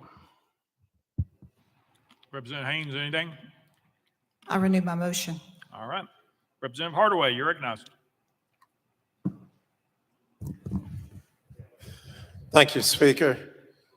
To the chair lady, this is a difficult one for me. This is more of a mitigation piece of legislation as opposed to one that honestly protects the lives of maternal lives and those of victims of rape and incest and little girls who have been subjected to the horrors of sexual abuse.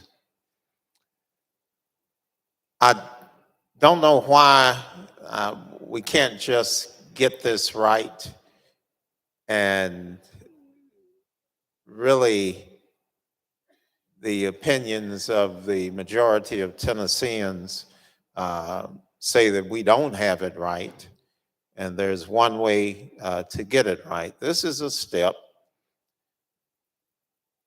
It's not sufficient, but in my analysis, we're going to save some lives, but we're still going to have maternal loss of life. We're still going to have little girls who will suffer psychological trauma, will suffer physical trauma, will die.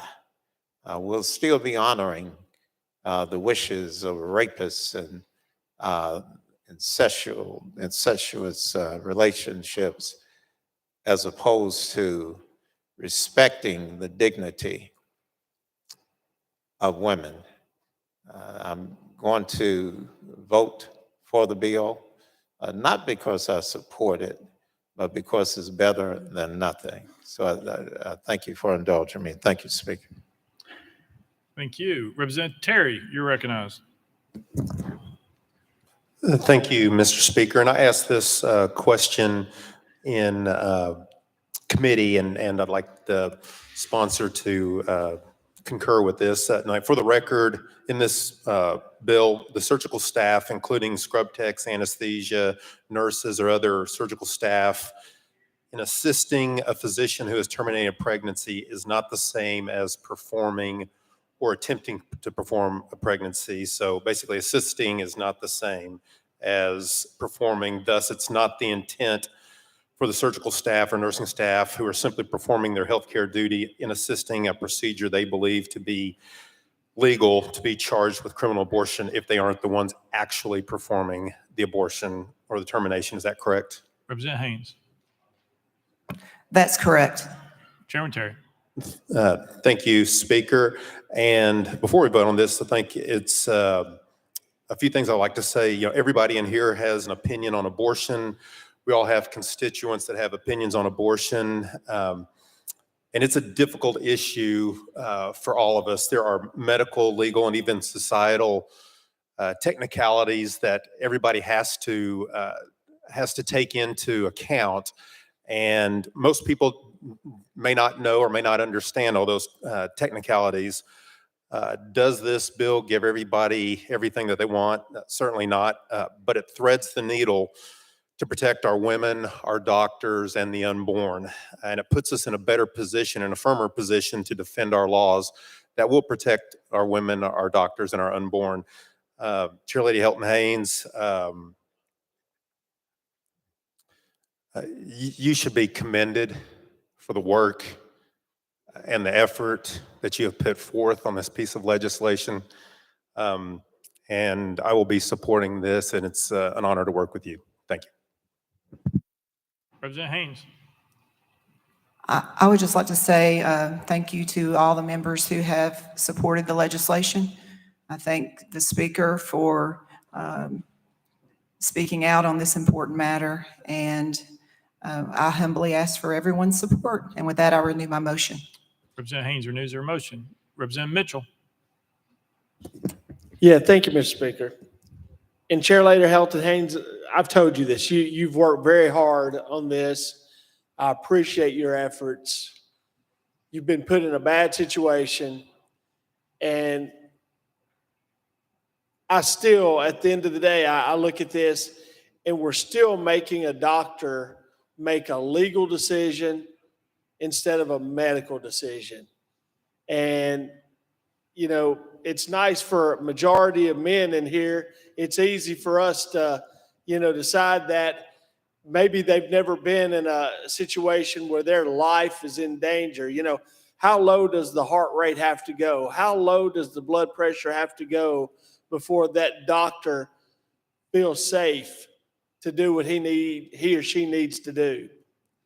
So it's a small step in the right direction. I think we're missing an opportunity, but I just can't vote for something that's making a doctor have to sit there when seconds matter and they're having to think, can I be prosecuted for this? Or should I do what I know I need to do and save this person in front of me? Just think about that. We're putting that in a doctor's hands. He or she has to sit there and think, am I okay with doing this? Can I be prosecuted for doing this? Or do they need to react split second and save a person's life? You know, there's more than one life involved in this, and we seem to be forgetting that over and over again. There's an unborn child, but there's also a mother who may be a mother, a wife, a sister, that she wants to live too.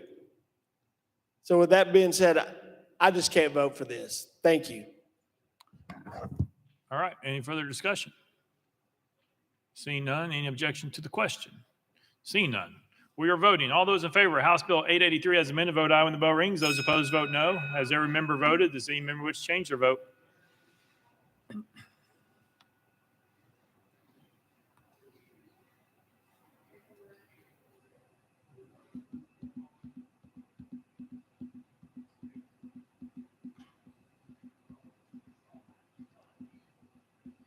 Mr. Clerk, take the vote. Ayes 83, 11 nays, 2 present, not voting. House Bill 883 having received a constitutional majority, I hereby declare passed without objection. The motion for reconsider is tabled. Call up next bill, Mr. Clerk. House Bill 1217 by Chairman Zachary and others relative to capital projects. Chairman Zachary, you're recognized.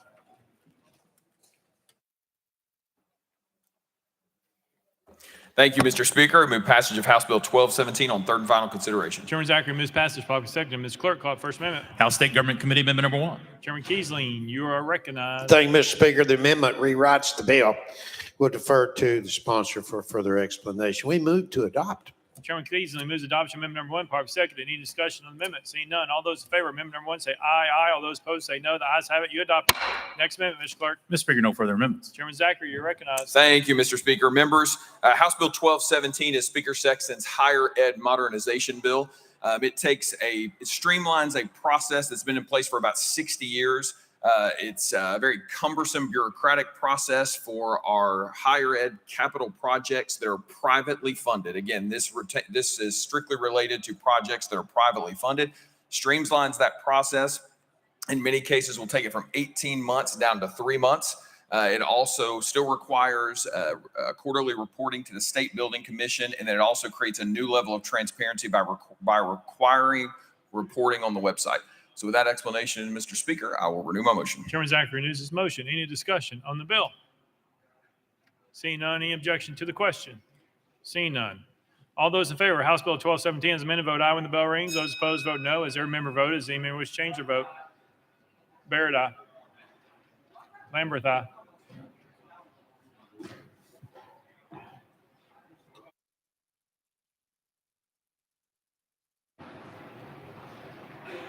Mr. Clerk, take the vote.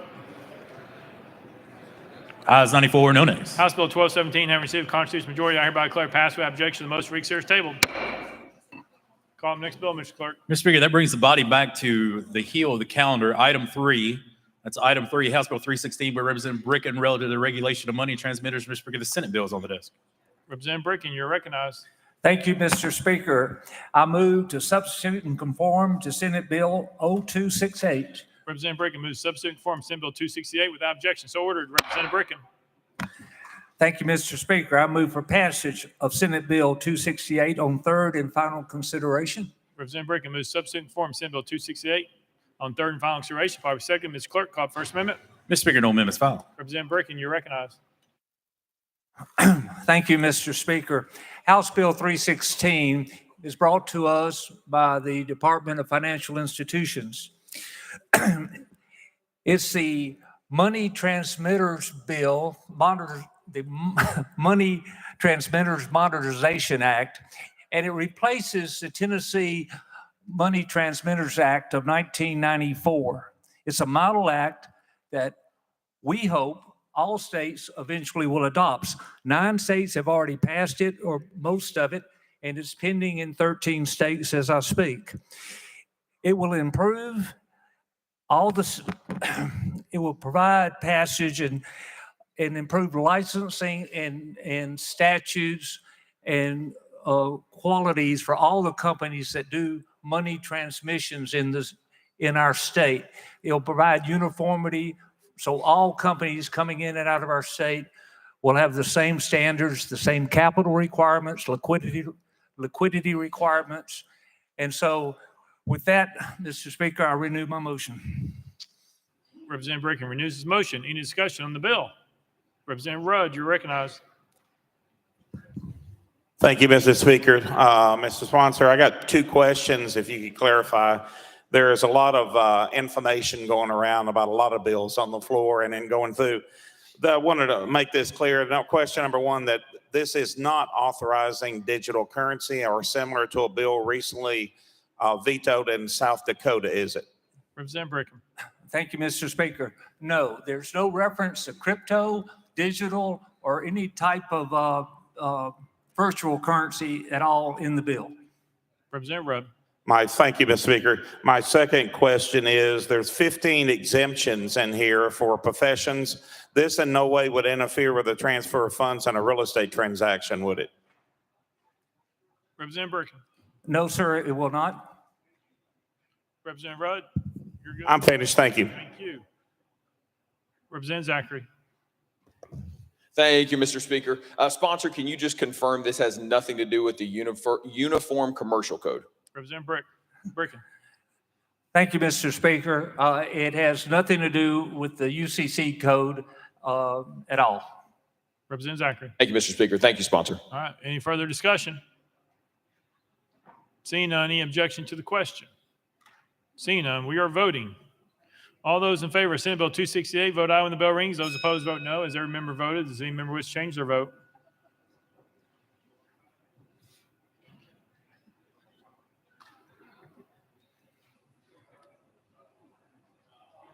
Mr. Clark,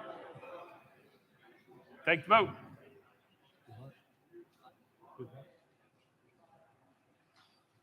Ayes 78, 10 nays, 2 present, unvoted. Senate Bill 268, having received a constitutional majority, I hereby declare pass without objection. The motion for reconsider is tabled.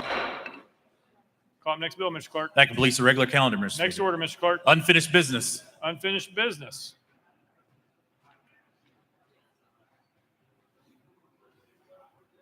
Representative Ritchie, you are recognized. Thank you, Mr. Speaker.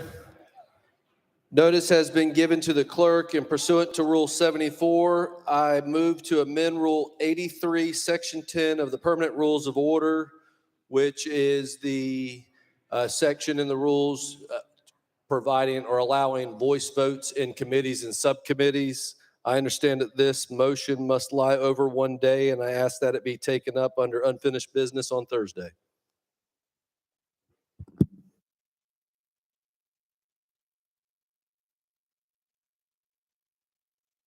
Representative, can you just say one more time so the members know what change you're proposing in the rules? Yes, thank you, Mr. Speaker. So under Rule 83, Section 10, that allows for voice votes in committees and subcommittees.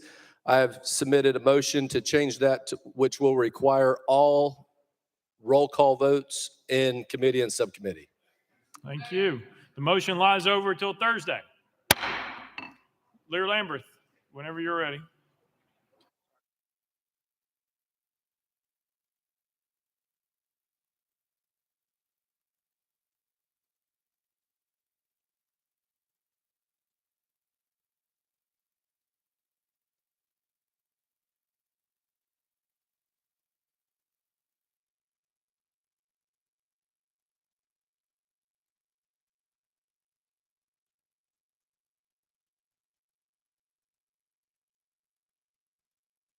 Chairman Faison. Thank you, Mr. Speaker. Mr. Speaker, I'd like to make a motion to put SJR 159 on the next available regular calendar. Proper motion, proper second. Any objection? Without objection. Lear Lamberth, you're recognized. Thank you, Mr. Speaker. I move that SJR 31 be heard in Cities and Counties Subcommittee this week. You've heard the motion. Any objections? Without objection, so ordered. Lear Lamberth. Thank you, Mr. Speaker. I move that House Bill 273 be heard in Health Subcommittee this week. You've heard the motion. Any objections? Without objection, so ordered. Lear Lamberth. Thank you, Mr. Speaker. I move that House Bill 441, House Bill 1397, and House Bill 26 be heard in the Criminal Justice Subcommittee this week. You've heard the motion. Any objections? Without objection, so ordered. Next order, Mr. Clerk. Announcements. Announcements. Representative Love.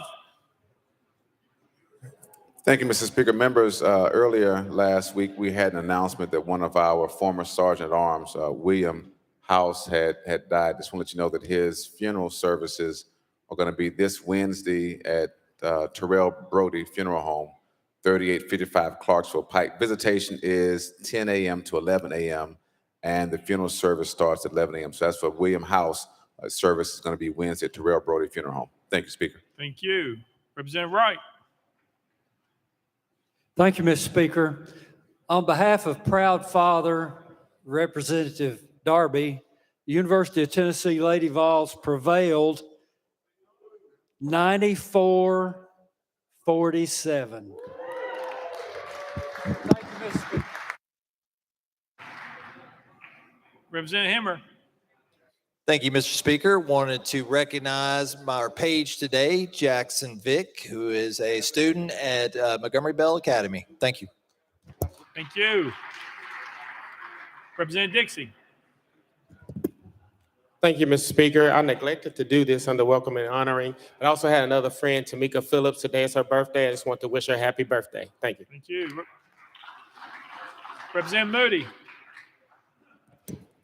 Thank you, Mr. Speaker. And members, the House Education Instruction Committee will hear its final calendar on Tuesday, March 28th. And the deadline to put a bill on notice to be heard in the committee is Wednesday, March 22nd at 3:30. Thank you. Thank you. Representative Littleton.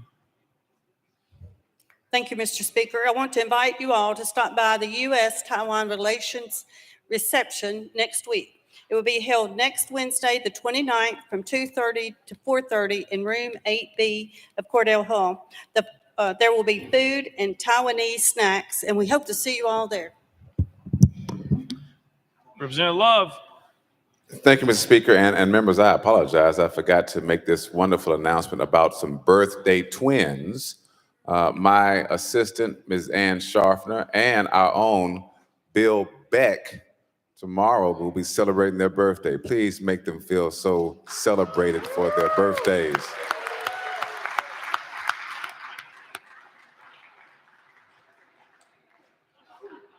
Any further announcements? Seeing none. Next order, Mr. Clerk. Roll call. Roll call.